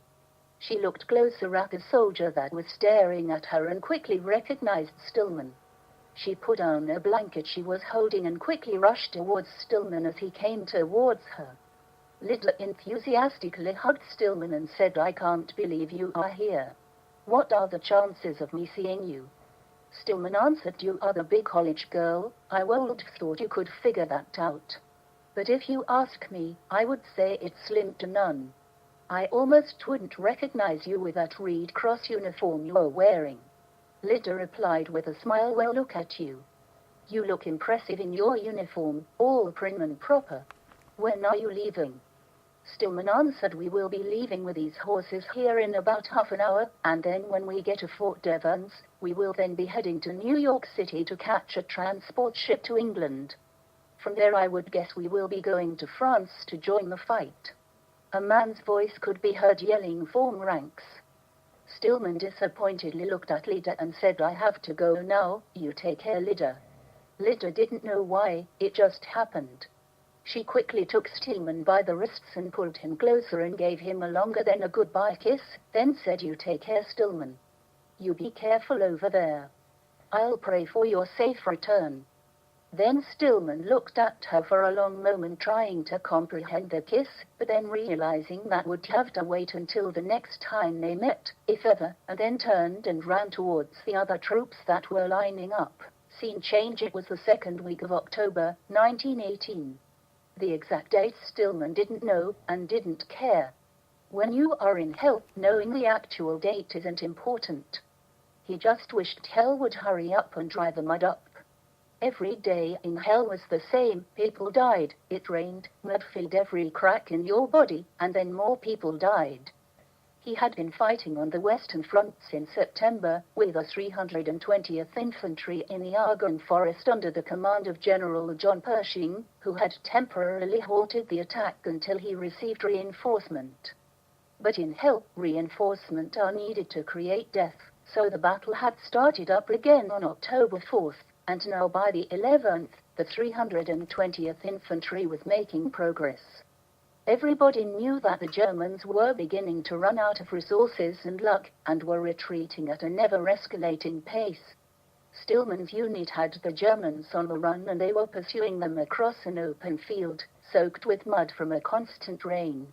Stillman was out in the open running through the clearing, when suddenly a German machine gun opened fire, ripping his body with 12 bullets. Stillman immediately fell to the ground. His body felt like it was on fire, being electrocuted from the nerve damage, shooting electric impulses throughout his body. He lay on the ground unable to move. He only had the use of his right arm. His legs and left arm were now useless. A corporal that was running behind him when they came under the machine gun fire was also struck multiple times, with his right wrist being shot off. The machine gun threat had already moved away, retreating with the other Germans. The corporal stayed with Stillman, and managed to drag, carry, and roll Stillman looking for a first aid station. Stillman had lost a lot of blood, and he was cold from the wet rain and mud that covered his entire body. He said to the corporal, "Leave me. Go get help for yourself." But the corporal did not have time to answer before a barrage of mustard gas canisters came raining down on them, creating clouds of deadly gas heading their way. Neither man could put on their gas masks with one arm, so Stillman said, "We have to do this together. Put yours on first." Luckily, Stillman using his right hand and the corporal his left hand, they coordinated their efforts to adjust their gas masks quickly enough to beat the yellow cloud of death. The corporal began carrying, dragging, and rolling Stillman when there was a downhill slope. Finally, they managed to find a first aid station when Stillman asked the corporal, "What is your name? You brought me all the way here and I don't even know your name." The corporal answered, "Thomas Kapolski, from Allentown, Pennsylvania." "What's your name?" "I don't know why I'm asking. Neither of us will probably get out of this alive. And if we do, we will probably forget this anyway." Stillman replied, "Nice to meet you, Thomas Kapolski. My name is Stillman Littlefield from Brewer, Maine. I beg to differ. If we get out of this alive, I won't forget your name." Four orderlies arrived with stretchers and carried them to a temporary sector hospital. The Battle of the Argonne Forest was a bloody one, and the hospital had been filled to the maximum for the past 3 weeks. Since there was no room at that moment inside the hospital, Stillman had to lay in a courtyard with 50 other wounded soldiers outside in the rain, until there was space available in the hospital. By this time Stillman had lost consciousness while lying in the courtyard. 2 orderlies saw him lying motionless and brought him over to a pile of dead bodies, thinking he had already succumbed to his wounds. Stillman's guardian angel was working overtime that day when somebody noticed that he had moved his right arm, and they brought him into the hospital for treatment. 5 minutes later, a German mortar exploded in the courtyard, killing the 50 men that were out there. With all the confusion that day, Stillman was reported killed in action because of that temporary death status on the mortar landing just after he left. Scene change. It was a cold, wet day when a man from the War Department notified Henry and Mary that Stillman had died in France as part of the Battle of the Argonne Forest. That was a sad day on Copeland Hill and the Wiswall Road. Bad news travels fast, and the pastor at the Congregational Church insisted that they have a funeral service for Stillman. On the day of the funeral, 300 people showed up to pay their condolences to the Littlefields. Margaret brought food and consoled Mary as best as she could, but any parent knows that is a hopeless job. When Margaret got home, she wrote a letter to Lydia telling her that Stillman had died while fighting in France. She knew Lydia would be devastated because they were good friends. She only hoped that with the distance of the last few years the pain would be lessened. Scene change. Lydia just returned to her dorm room from Mary Hall, where she was student teaching at a model school, when she found a letter from her mother waiting for her. Lydia sat on her bed and read the letter. Hello Lydia, I hope this letter finds you well and enjoying your last year of college. I can't believe it's been over 3 years since you left home. Things here on the farm are as routine as you remember them. I'm sorry, but I have bad news, and that is why I'm writing you.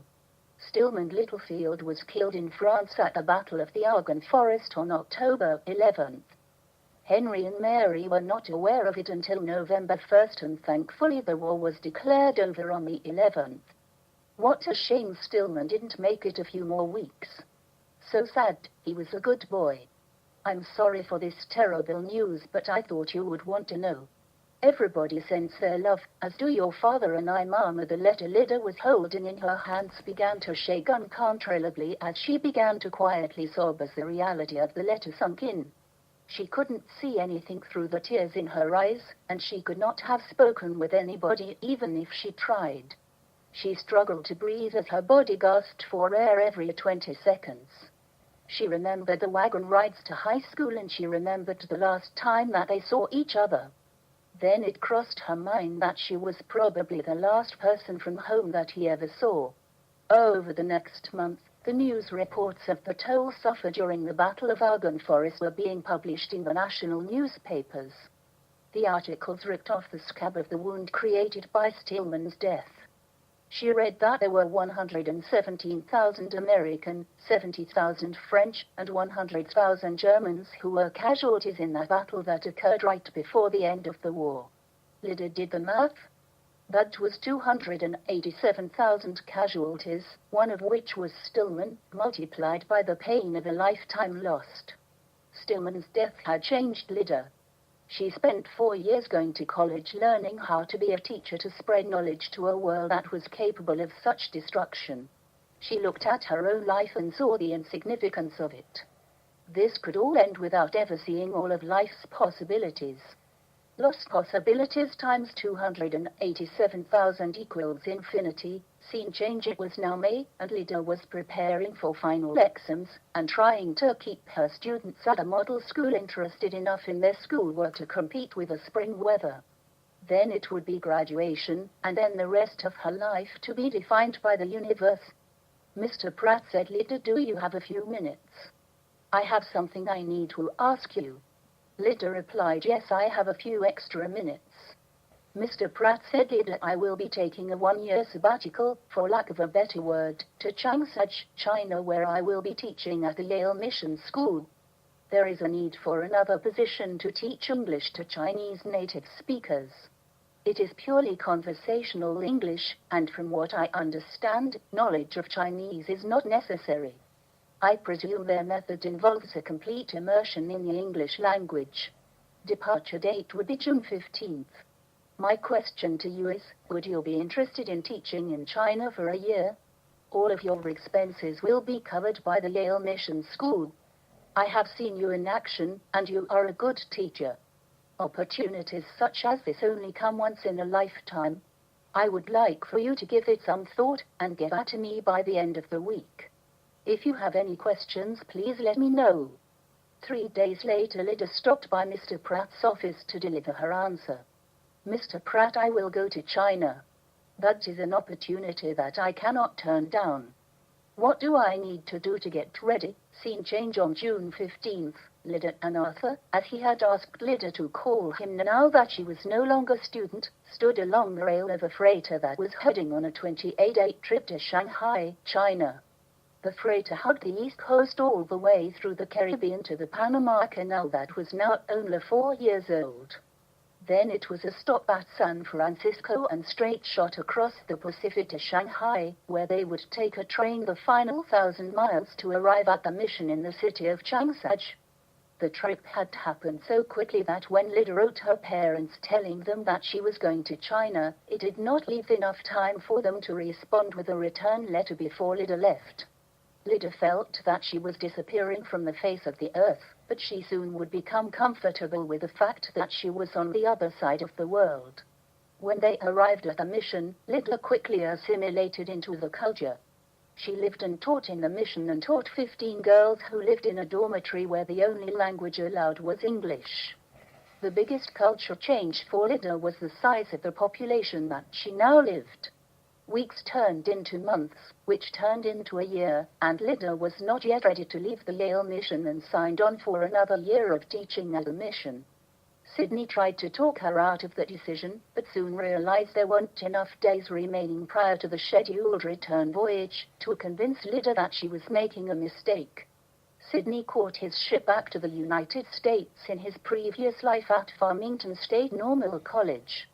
He carried a letter for Lydia which was to be mailed to her parents when he returned to Maine.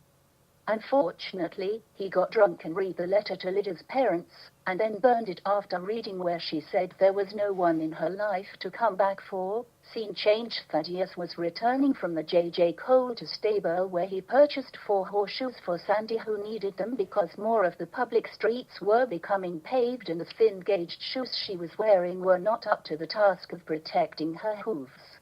As Thaddeus came upon Polly Potato's farm, he could see a man standing in one of her fields with a hoe.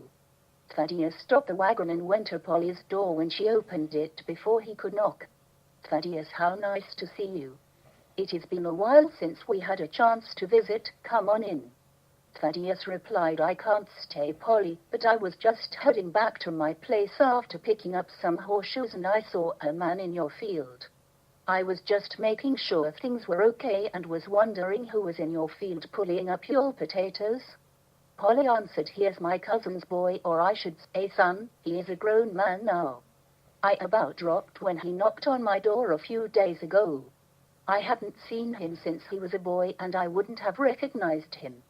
He practically had to convince me that he was that little boy I knew many years ago. He talked all about my parents, his parents, living on the reservation. He even knew things that I forgot about, and he knew things that I didn't know. He said he comes through this way often and that he would help me plant my crops and bring them in at the harvest. It being September, he is here to bring in my potatoes." Thaddeus replied, "All right then, Polly, as long as everything is okay, I'll be on my way. Would you and your cousin like to come for supper?" Polly smiled and answered, This is my lucky day. My long-forgotten cousin brings in my potatoes and then you invite us to supper. That is so kind of you. What time do you want us to show up?" Thaddeus answered, "Does 5 work for you?" Polly replied, "That would be fine, Thaddeus, 5 it is." A few hours later, Polly knocked at the door. Patience said, "Come in, Polly, the door is open." Polly entered the room with a man following right behind her. Margaret and Thaddeus were sitting at the table drinking a cup of tea. Thaddeus said, "Hello, Polly, come on in and have a seat." Polly answered, "This is Nadog, his name is Saba." Thaddeus chuckled and asked Polly, "Well, which is it, Nadog or Saba?" The man smiled and then said, "Saba, my name is Saba. We have been speaking Abenaki all day. It gets confusing when we switch back to English. Nadog means a male cousin." Margaret asked, "How nice it is of you to help Polly out. Whose side of the family are you related?" Saba answered, "Alagomamek. Aden." Then he corrected himself, "I'm so sorry, I'm speaking Abenaki again. We use a word that means all of our relations, but I'm related through Dad, my father." Soon the rest of the extended family showed up and introductions were made. Patience had made a pot roast with potatoes, carrots and onions. Halfway through supper, Margaret said, "Saba, you look very familiar. Have we ever met?" Saba answered, "It is possible. I have been through Brewer many times." Margaret replied, "I'm not sure, but you look so familiar." Sadie then asked, "What does Saba mean?"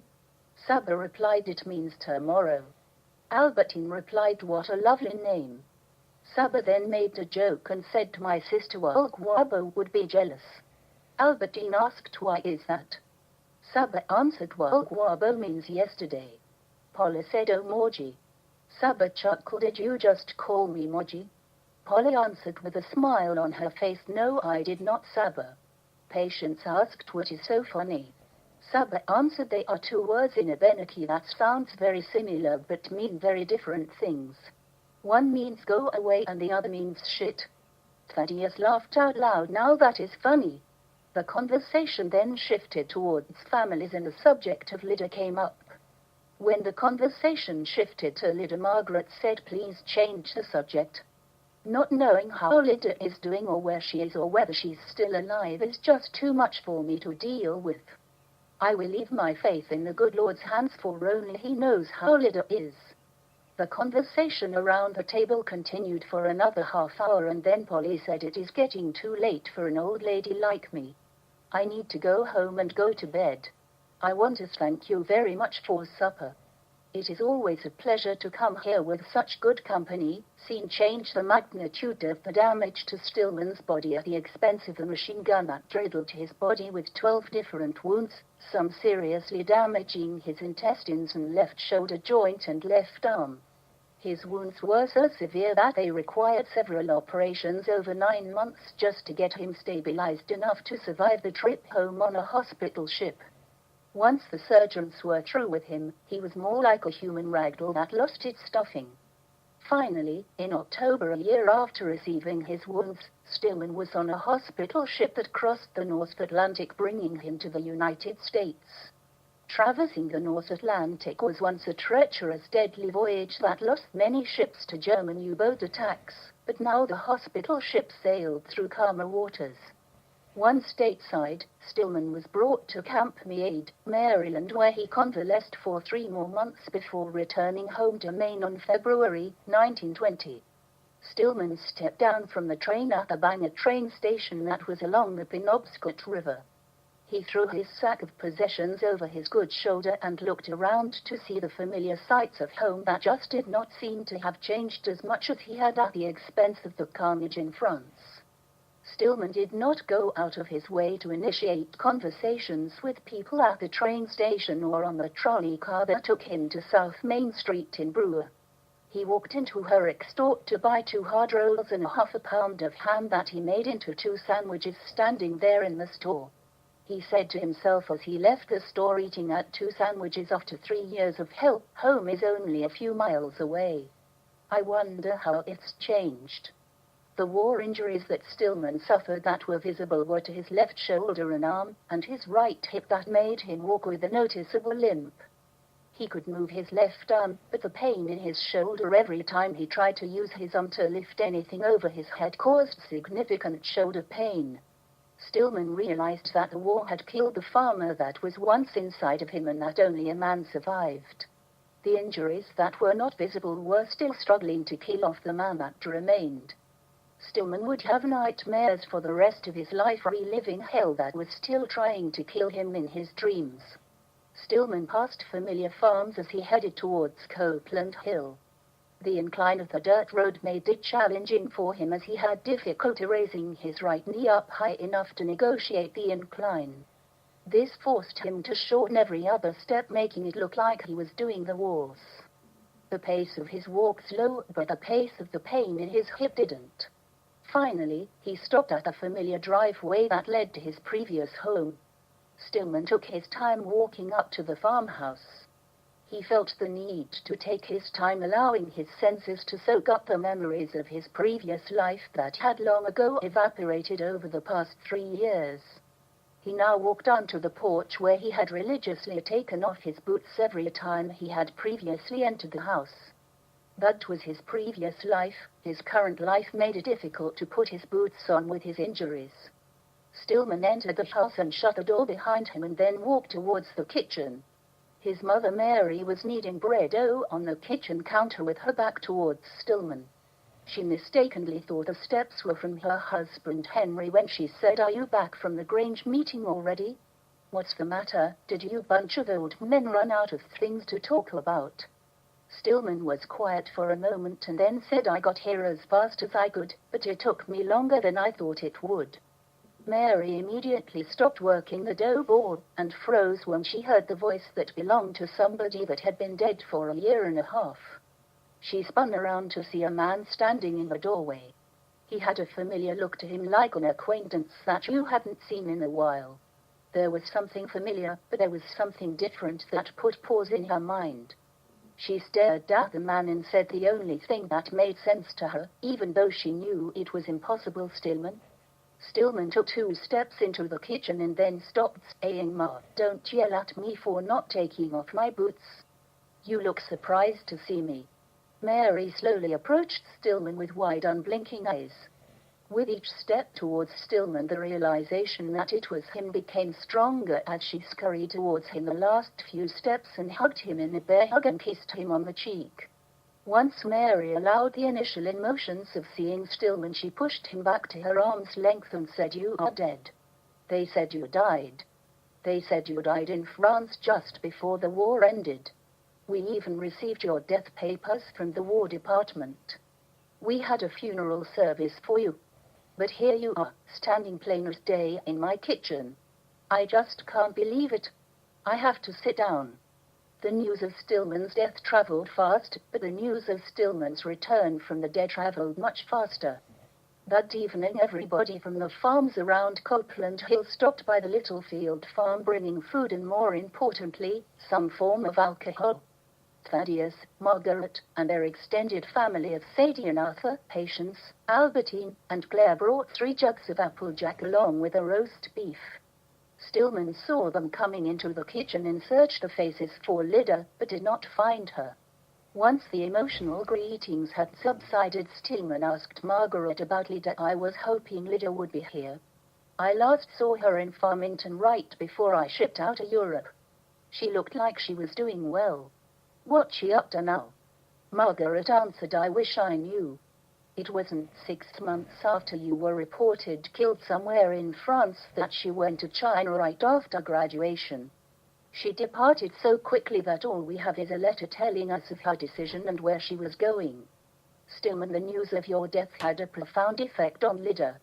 In her letter to us, she said life was too short and that there were no guarantees of tomorrow. I think she said it was her way of seeing this tiny speck in the universe. I guess going to China was her way of seeing the world. We try not to be worried about her, but we have not heard anything since the last letter. I certainly hope that no news is good news." Scene change. Lydia had a new group of girls and had started the process all over again with great success, avoiding many of the pitfalls learned during her first year. It was now February, and her thoughts drifted back to Brewer, thinking about the quiet winter months after harvesting the potato crop and bringing in some sweet corn. Then her thoughts shifted to her planned excursion to leave the missions compound to go to the market, where she spoke English to her students each time they saw something in the market. She learned that it was much easier to teach in English how to say "I want a fish head for fish head soup" when you are actually buying a fish head for fish head soup. It didn't matter to Lydia that the children she was teaching came from affluent families and would never be responsible for cooking fish head soup. Besides, she enjoyed the trips into the city, and when she tried this method, she also learned how to say it in Chinese. The market was very crowded and noisy, but she finally managed to get the fish vendor's attention when she unexpectedly heard a voice yelling her name from behind her. "Lydia, Lydia." Lydia turned to see a man standing 25 feet away. She had seen this man before, but at the moment could not place where. His dark eyes looked directly at her with a penetrating stare, and then he said. Lydia yelled, "What? What did you say?" One of her students tugged at her arm and said, "The man said your family in Brewer misses you. Stillman has returned from the dead." Lyda looked at the man when he smiled and shouted. Lyda knew what that meant. I want to buy a fish head for fish head soup. Then a horse cart went past the man, briefly blocking her view of him, and as the horse cart passed, the man was no longer standing there. 4 months later, Lyda was on a freighter heading back to New York. Scene change. Lyda was exhausted from her 4-week trip from China, made worse by never-ending stormy seas, and then 2 days on a train from New York to Bangor, which seemed endless when you wanted to get to your destination. She was finally standing at the railway station in Bangor, and then she took the trolley to South Brewer, and unknown to her, was retracing the steps that Stillman had taken a year earlier. Lyda walked into her parents' farmyard and then into the house without knocking. Patience was at the wood stove, and her mother was sitting at the table peeling potatoes when she looked up to see who was walking through the door.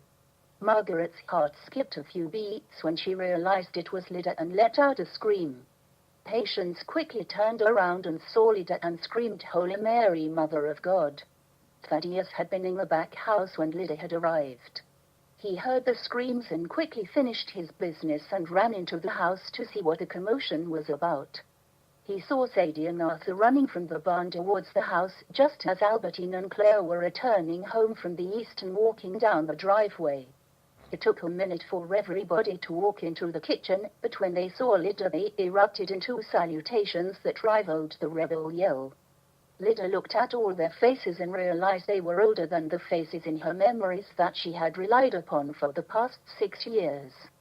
Lyda was tired from her trip, but she was overwhelmed by the moment and was so happy to be in Brewer after all these years. Margaret whispered to Albertine to take the wagon up to the little field farm to get Stillman. She wanted to surprise Lyda as she did not know that Stillman was alive. 20 minutes later, Stillman was anxiously limping to the door as Margaret opened it, letting Stillman in. Lyda was in a conversation with Arthur and did not see Stillman enter the house. Stillman walked up behind Lyda and said, "They say absence makes the heart grow fonder. I can only hope." Lyda turned around to see who was speaking to her, and when she saw Stillman, she did not question the impossibility of his presence, but instead quickly ran to him and hugged him, wrapping her arms around his neck, while she buried her face into his chest, sobbing. Scene change. When Lyda finally got to bed, she slept for 18 hours. Stillman came back mid-afternoon and spent the rest of the day with Lyda, going for long walks arm in arm around the farm. During that week, it was becoming clear to Margaret and Thaddeus that this was more than old friends reuniting. A week later, Stillman arrived with his wagon and picked Lyda up to bring her to the Brewer Free High School to meet Principal Mulligan. Lyda wanted to inquire whether there were any teacher openings for the next school year. As they walked into the school, they ran into Mr. Richardson, who immediately recognized them and said, "How long has it been since you passed through those doors? What have you been up?" They spent the next half hour telling Mr. Richardson about Lyda graduating from Farmington State Normal College and spending 2 years in China. And Stillman told him about serving in France and the War Department's notification of his death. Mr. Richardson listened to their stories and shook his head, saying, "To think that you were going to school here just 6 years ago. Look at what you've done, look at what you went through, and look at where you traveled." Stillman asked Mr. Richardson, "We've been doing all the talking. How have you been?" Mr. Richardson replied, "I'm retiring after this year. I'm thinking that maybe I need to follow your lead and see the world. I have enjoyed my tenure here, and when I see people come back such as you two, it makes me feel that it has been worth it." By the end of the day, Lyda had a teaching position at Brewer Free High School. Principal Mulligan asked Lyda to attend a school board meeting the following Wednesday because the high school needed somebody to plan and schedule the high school's athletic activities for the following year, and he wanted to introduce her as the replacement for Mr. Richardson. Scene change. The previous elections across Maine had started to replace Catholics with Protestants in many public offices. Many cities and towns had created local chapters of the Ku Klux Klan that successfully organized the electorate supporting the Protestant candidates, winning many local and state offices. As a result, the Brewer School Board had recently switched from predominantly Catholic to predominantly Protestant members, with one of them being Butch Hutchins. Wednesday's school board meeting went very well, up until the last order of business. The school board had been asked by the state to provide a city's school colors and mascot name because athletics were now becoming organized at the state level. Brewer School Board assigned the task to Butch Hutchins to come up with the high school's mascot and school colors after looking at what other schools in the area had done. This turned the school color and mascot selections into a political tug-of-war. Across the state, the communities with Catholic majorities chose colors from blue, purple, green, or red, offset by either gold or white trim, while the communities with a Protestant majority usually picked orange and black, which could be traced back to Protestant Ireland's Orangemen. Butch Hutchins had listened to Principal Mulligan introducing Lydia as the replacement for Mr. Richardson at the high school.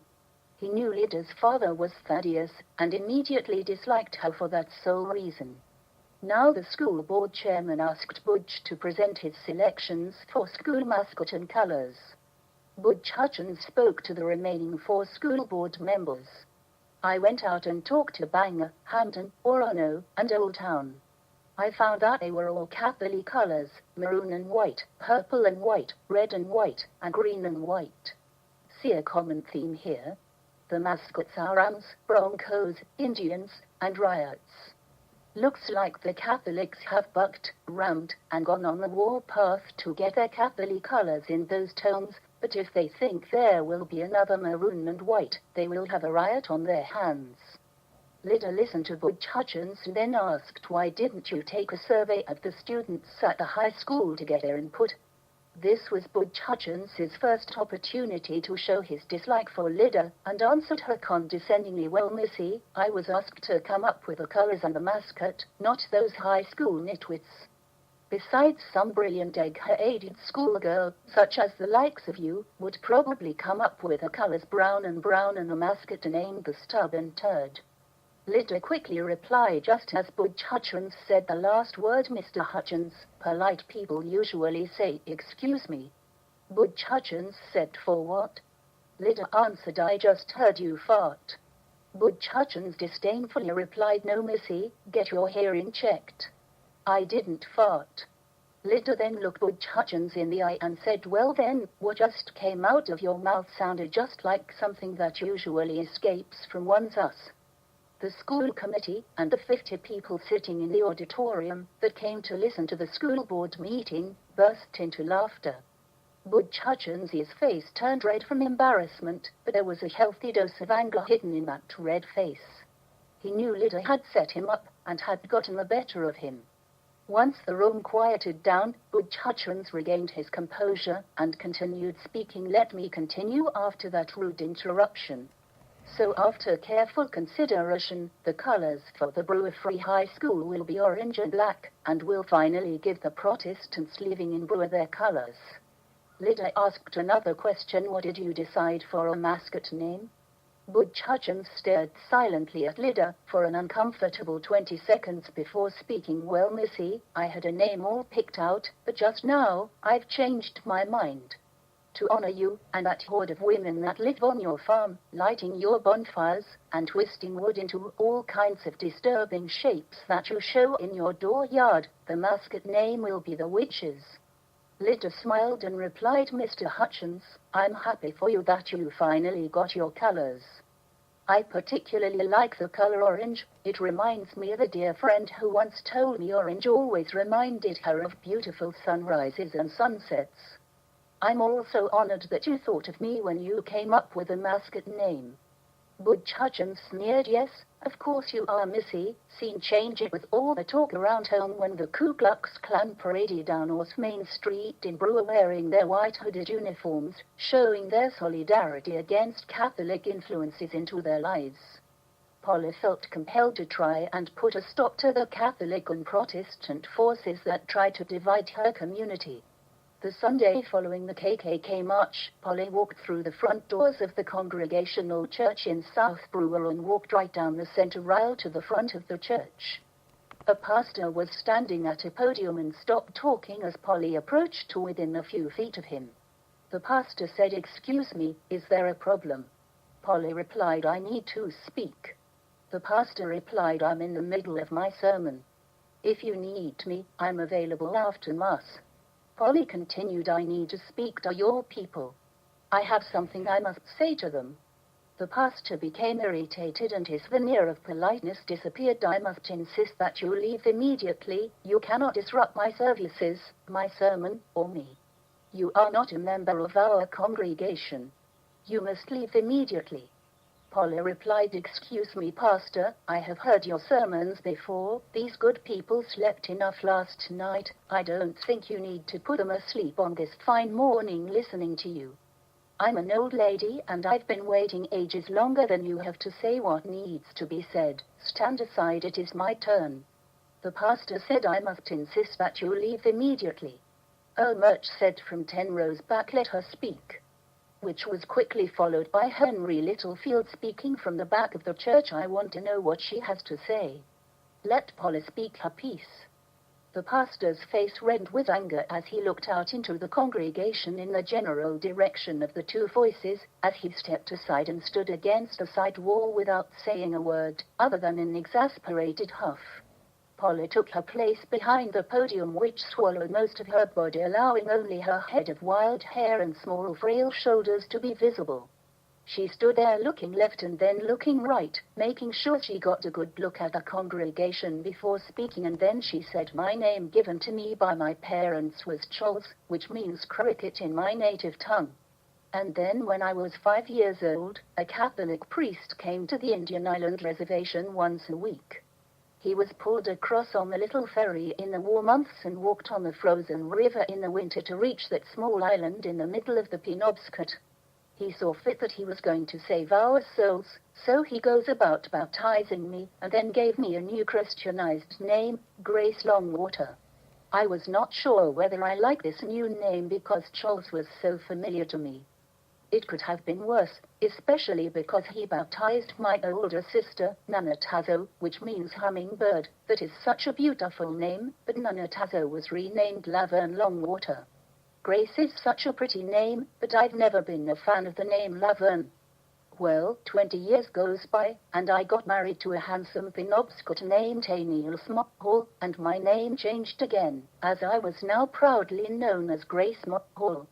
Now that we were married, we then left the reservation and moved to Brewer, where we began making payments to a banker that owned 50 acres of wet and mucky land out on the Wiswell Road. Teniel broke his back turning that mucky piece of land into a farm, where we grew our crops. Sadly, after the 5th year's harvest was brought in, Teniel took up sick, and quickly died on me. It really broke my heart losing that man who loved me like the day does the Sunday, and after 50 years, the ache in my heart has disappeared, but the emptiness in my chest still remains. But life goes on, and the sun still comes up every day, and the seasons change to let us know another year goes by. I have lived down on the Wiswell Road, now going on 50 growing seasons for my potatoes, turnips, and such. During those 50 growing seasons, I had my name changed a 4th time. To many of you, I'm known as Polly Perdada. That name became attached to me the same way that stray dogs get their name. They choose your farm as their home. First, the stray dog keeps hanging around your farm, and after a while you feel sorry for it and begin to feed it, and then you eventually learn to accept it. You give it a name because every creature deserves a name to go by. And so I was given my name, which I embraced for all these years while growing my vegetables and selling them to anybody that had a need to eat, folks that don't have the privilege to live on a farm. During those 50 years, I have seen many people come up and down the Wiswell Road in front of my farm. Most were white folks like you. Some were Catholics, some were Protestants, Methodists, and Baptists, even some Jewish. I couldn't tell you which was which, but all were good, hard-working people. Then a few years back something happened. Some folks from away came to Brewer and were called scary names that you would only find in a bad dream like Grand Dragon or King Clego. They started in stirring the pot when it didn't need to be stirred. These folks got people all riled up looking at each other in a different way.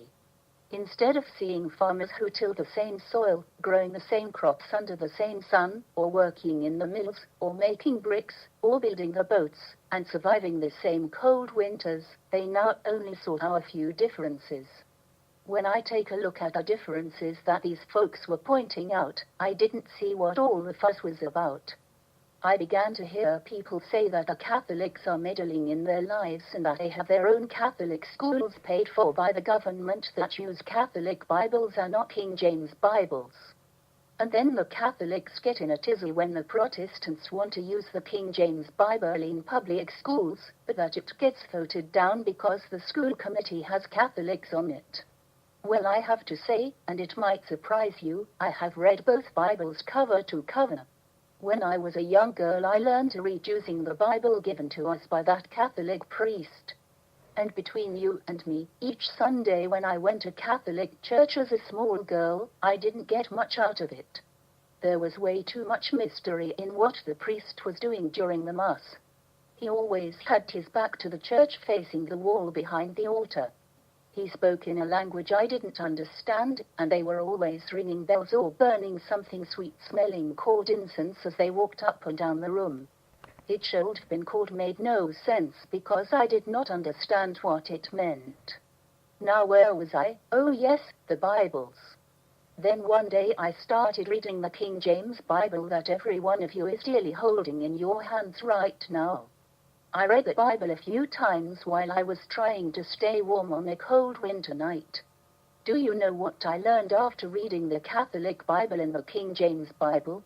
This is going to surprise you. From what I could tell, there isn't a lick of difference between the two. Oh, I'm sure important church folks like the Pope and the Bishop, or maybe even the pastor here, can point out some small differences. I think what has happened is people are worrying about things that don't need to be fretted about. Both books talk about God's message to the world. Both books tell us the same 10 commandments and what makes a sin. Both books tell us to love our neighbor, just as long as it's not your neighbor's wife, and to treat others as you want to be treated. So I look around seeing everybody coming and going as we all live our lives with the good grace of God here in this place called Brewer. Living here is kind of like being part of a big family. Everybody knows everybody, and everybody knows everybody else's business. And like a family, sometimes there are disagreements. And sometimes those disagreements end in fisticuffs, fat lips, stitches, or shiners. But we get over it, and we smooth out that wrinkle in the bedclothes. Which brings up a reason why I'm here. A few days ago some of you put those bedclothes over your head and walked down North Main Street. And maybe some of you even wore those bedclothes when you burned a cross to show your dislike for the Catholics. I think it's time for you to take off those white sheets and take out that King James Bible you are holding in your hands right now and read it one more time. Especially the part where you are supposed to love your neighbor and treat them as you want to be treated. Now I want you to know that I'm not picking on Protestants, Methodists or Baptists. I have already gone to St. Teresa's Catholic Church this morning and said the same thing to those Catholic folks. Now I think I've said enough for one morning, so now I'll take your leave and let the pastor get back to his sermon. Paula stepped down away from the podium and began walking down the center aisle of the church. It was a warm and muggy summer day that would no doubt end in a thunderstorm by the time late afternoon rolled around. Polly's 80 years, with the warm weather without any water to drink, and a long 5-mile walk from her small farm to St. Teresa's Church and out to the First Congregational Church made her collapse halfway down the aisle. Scene change. Dr. Withington was sitting in the Congregational Church when Polly collapsed. He quickly knelt down by her side and felt for a pulse and found none.